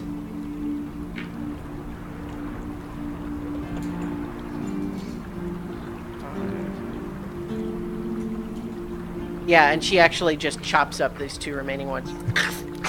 You're both dead. So Okay. they're all dead now, and so she immediately just turns is like, I'm terribly sorry that this happened. Is there anyone else wounded? I am definitely. No. Wounded? Yes. All right. Loquacia immediately turns to you and lays her hand on you. Is there anybody else I could do cure wounds as well? That way. My wounds are Loquacia's small. No more than really just the pain I need to feel after our She friend is also lost. just points out that because we've already traveled a day and a night, now we may want to rest. Will there be more Yes. snakes? Always. Well, that's why we keep watch. Regain 6 hit points. Okay. Thank you. So far, we have not run into any of the things we prepared for. There are This is many not dangers in the D&D jungle, campaign. and she looks at Temple Dash and just says, "I know I have a brusque demeanor sometimes. I am ashamed that I have allowed one of your party to fall so soon in this adventure." It would have been a miracle for all of us to have made it out. Of all the people poor little Temple Dash, I would have thought would have been the one to go last. It's a poor couplet, but that's all I can know. Yoris, by the way, you can heal for 8 points. Oh no, don't. Oh, well, all right. We're gonna rest anyway. I'm mostly back. Loquacia sets about. It's obvious that she takes on this responsibility for tending to the body Okay. because cleric, and it's also obvious that she has done this before. I'll take responsibility for going through his things. Oh, you Come know, with me. let me just briefly look at his character sheet. What you got, dead guy? Spare cartographer's kit now. Oh, he dropped from the wall too. Oh, bye. I want to state that my intention is to prep a batch of those berries Lazy. for tea.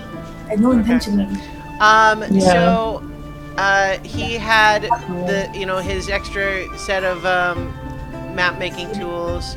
He had a tent. He has a wizard's spell book. Ooh, I'll take a look at that. All right. I don't have an easy way to, I don't think other classes can cast from a wizard's spell book.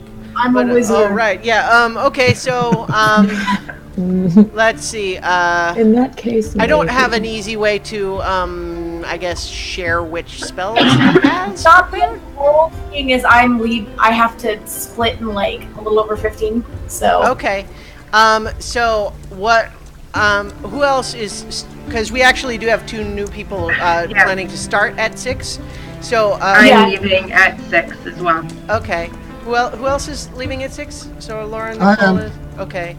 All right. So I think let's do this. You guys, you've made your sort of travel, your arrangements for the body and so on. But then, in the next day of travel, a storm comes in while you're on the river, and it comes in so suddenly that you've lost visibility beyond about 10 feet. And we'll say that those of you who are leaving were in the back canoe. And so what we'll say is that Azaka urges everyone to pull aside to the shore before before you're swamped in the river. But alas, it seems like there's a flash flood coming down the river, and some of you get up onto high ground with your canoe away, but so Agnolo and Ashendon and I'm sorry, one more person said they were leaving. Silence. Are in that canoe, and alas, that canoe seems as though it has been washed away downriver. Oh no, we've lost a canoe. Yeah. And so, I mean, obviously, Herbs are in it. we need a little bit of metagaming allowance here, obviously. In the sense of, in the real world, would you have, really just let them go, but you'll say just like there's nothing for it, we'll have to just hope that they can catch up. Oh, terrible! You guys can't find us. Yeah, that's the thing. It happens really fast, and there's nothing we can do about it. And and the Azaka just says, they know where we were going, so we'll just have to hope they can catch up to us. Nope. I choose to believe that Silence picks herself up off the bank and says, "I'm done." Yeah. Well, you just you were. You can't help but think it's like, wait, so it was me and Ashendon and Temple Dash that Eku didn't like. Now he's dead. Yeah. And we're the two of us just got washed down a flash flood. This is maybe a bad sign. Water? Eku was with us. Yeah. Druid lady. I don't know anything about druid magic. Right? I'll see you tomorrow, Christiana. I'm going to bow out now. Great. Okay. You all.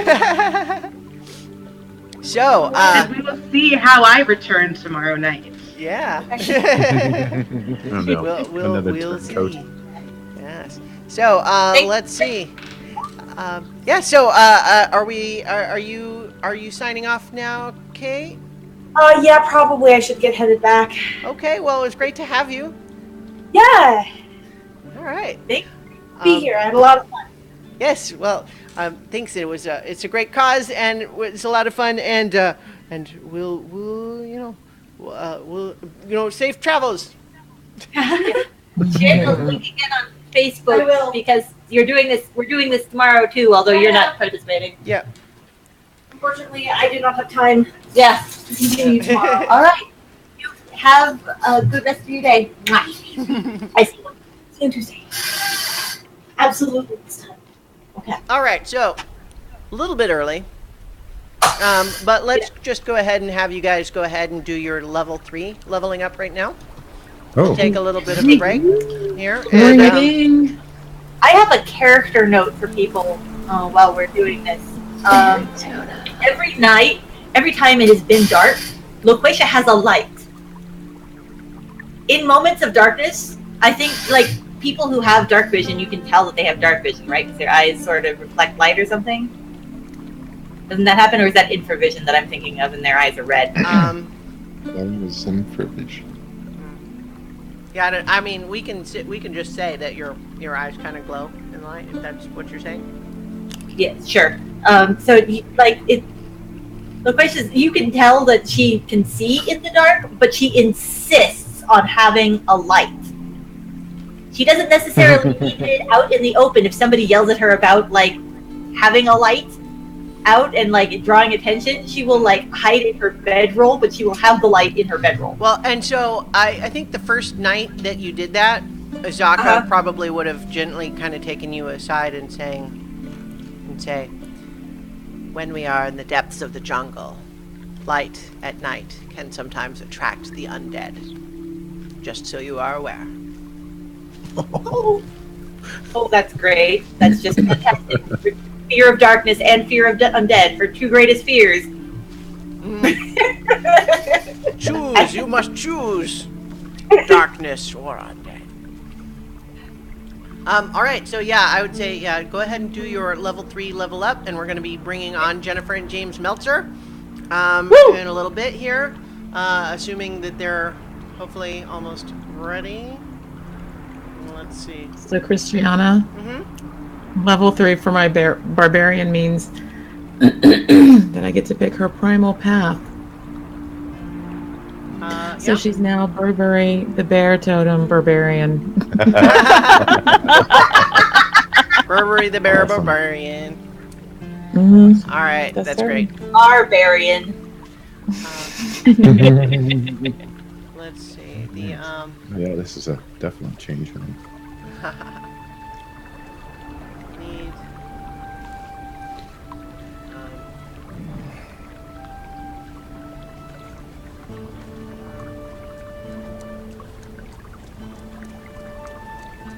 I'm sending a message to Jennifer and James because they were on the schedule to start at 6, and I think I don't know about you guys, but this is going great so far. I think.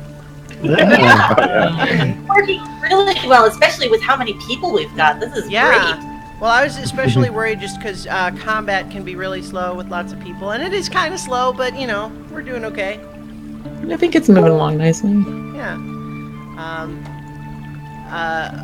Okay, so let's see. They're almost ready. Is it okay if I let Puppy out real quick? Yeah. I think now is a good time for everyone to take just like a few minute break if you need it. Yep.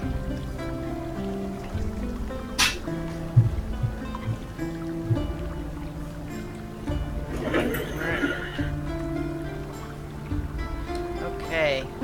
And you know, boy, it's just one of those things where that's where the random encounters can come in, like, you know, because it was all just determined by the dice and just that crit.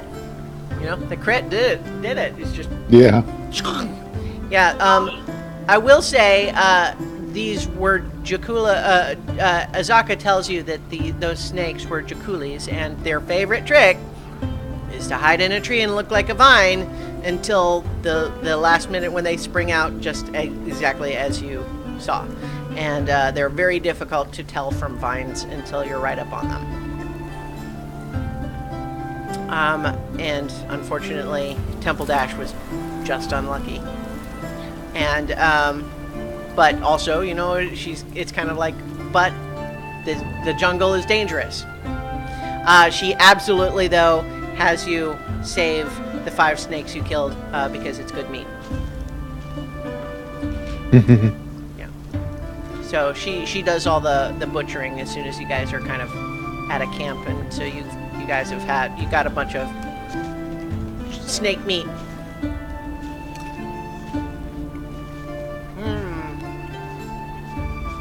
All right. What is this next one gonna be?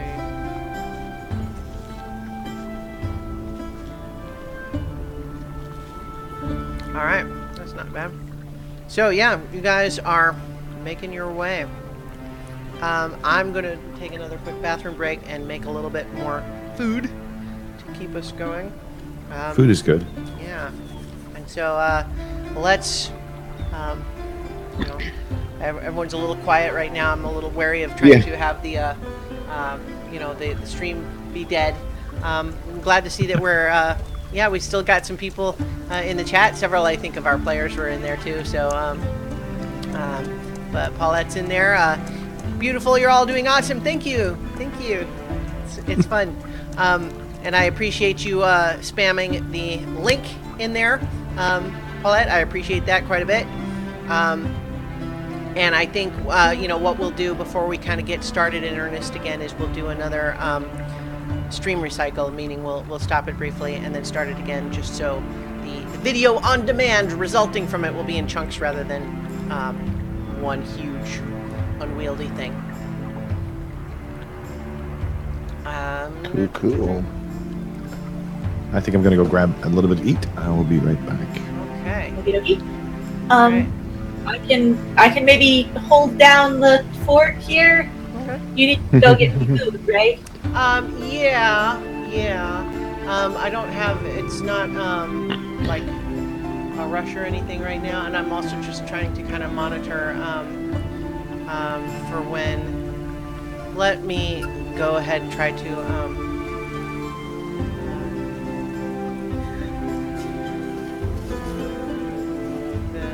getting Jen and James.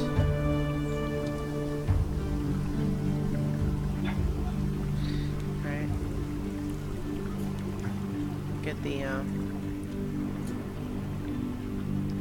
get our new friends invited to the call.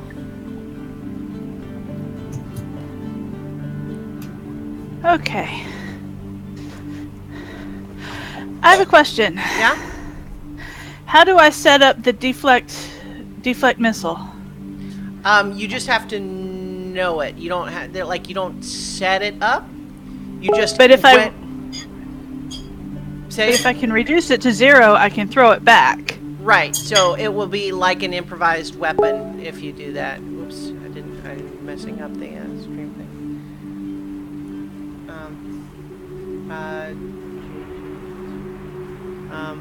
Oh, hey, James. Welcome. Hi. So the JJ Meltzer is the one that needs to be for Jennifer? Or which? Because I've got this hangout that just this.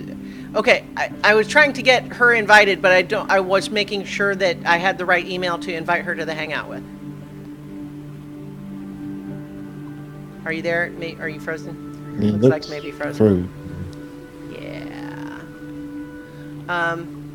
Well, hopefully we'll get that sorted shortly, and it won't be an ongoing issue.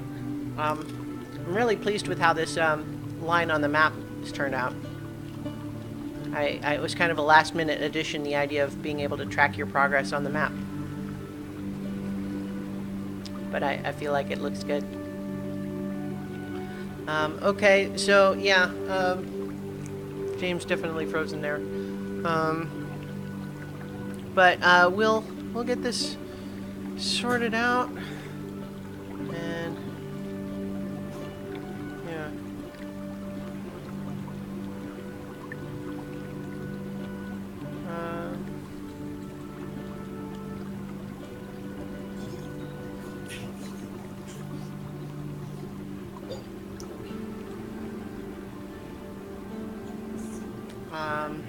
Alright, now that's just a profile image.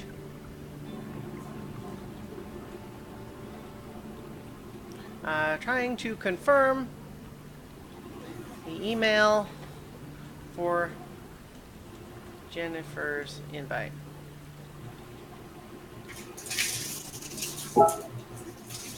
Alright, okay, this part is not the yeah, okay, so I sent the invite correctly, but, okay, so I think I have the right invite,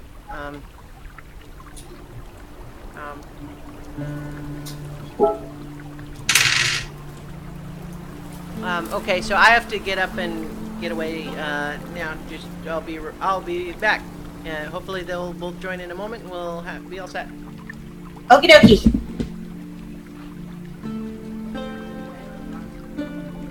Sounds good. Okay.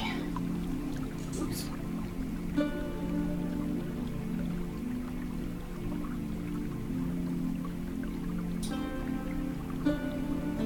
He's talking and I can't see.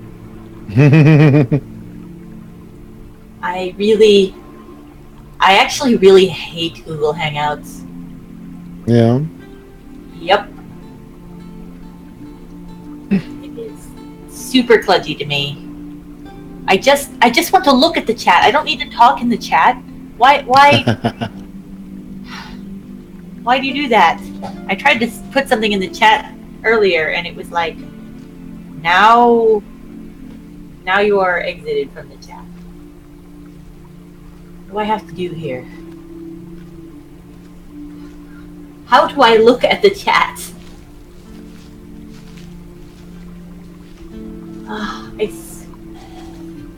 I am technology challenged. That's clearly the problem here.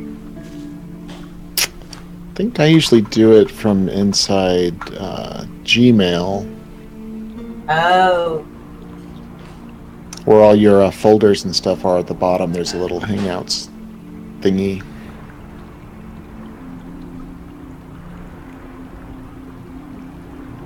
Yes, that's true. It's just that I've got to do Google Hangouts in Chrome, and everything else I do is in Firefox. Huh. So. So hopefully, it looks like James is hopefully restarting, and that should fix it. Okay. I sent the invite to Jennifer too, but looks like she needs to accept my Hangouts invite, which hasn't happened. Hopefully we'll get James back soon. We'll, you know what, let me go ahead and take this opportunity to switch the chat. Okay. Okay, let me do that. So, those of you watching the stream, it will stop briefly.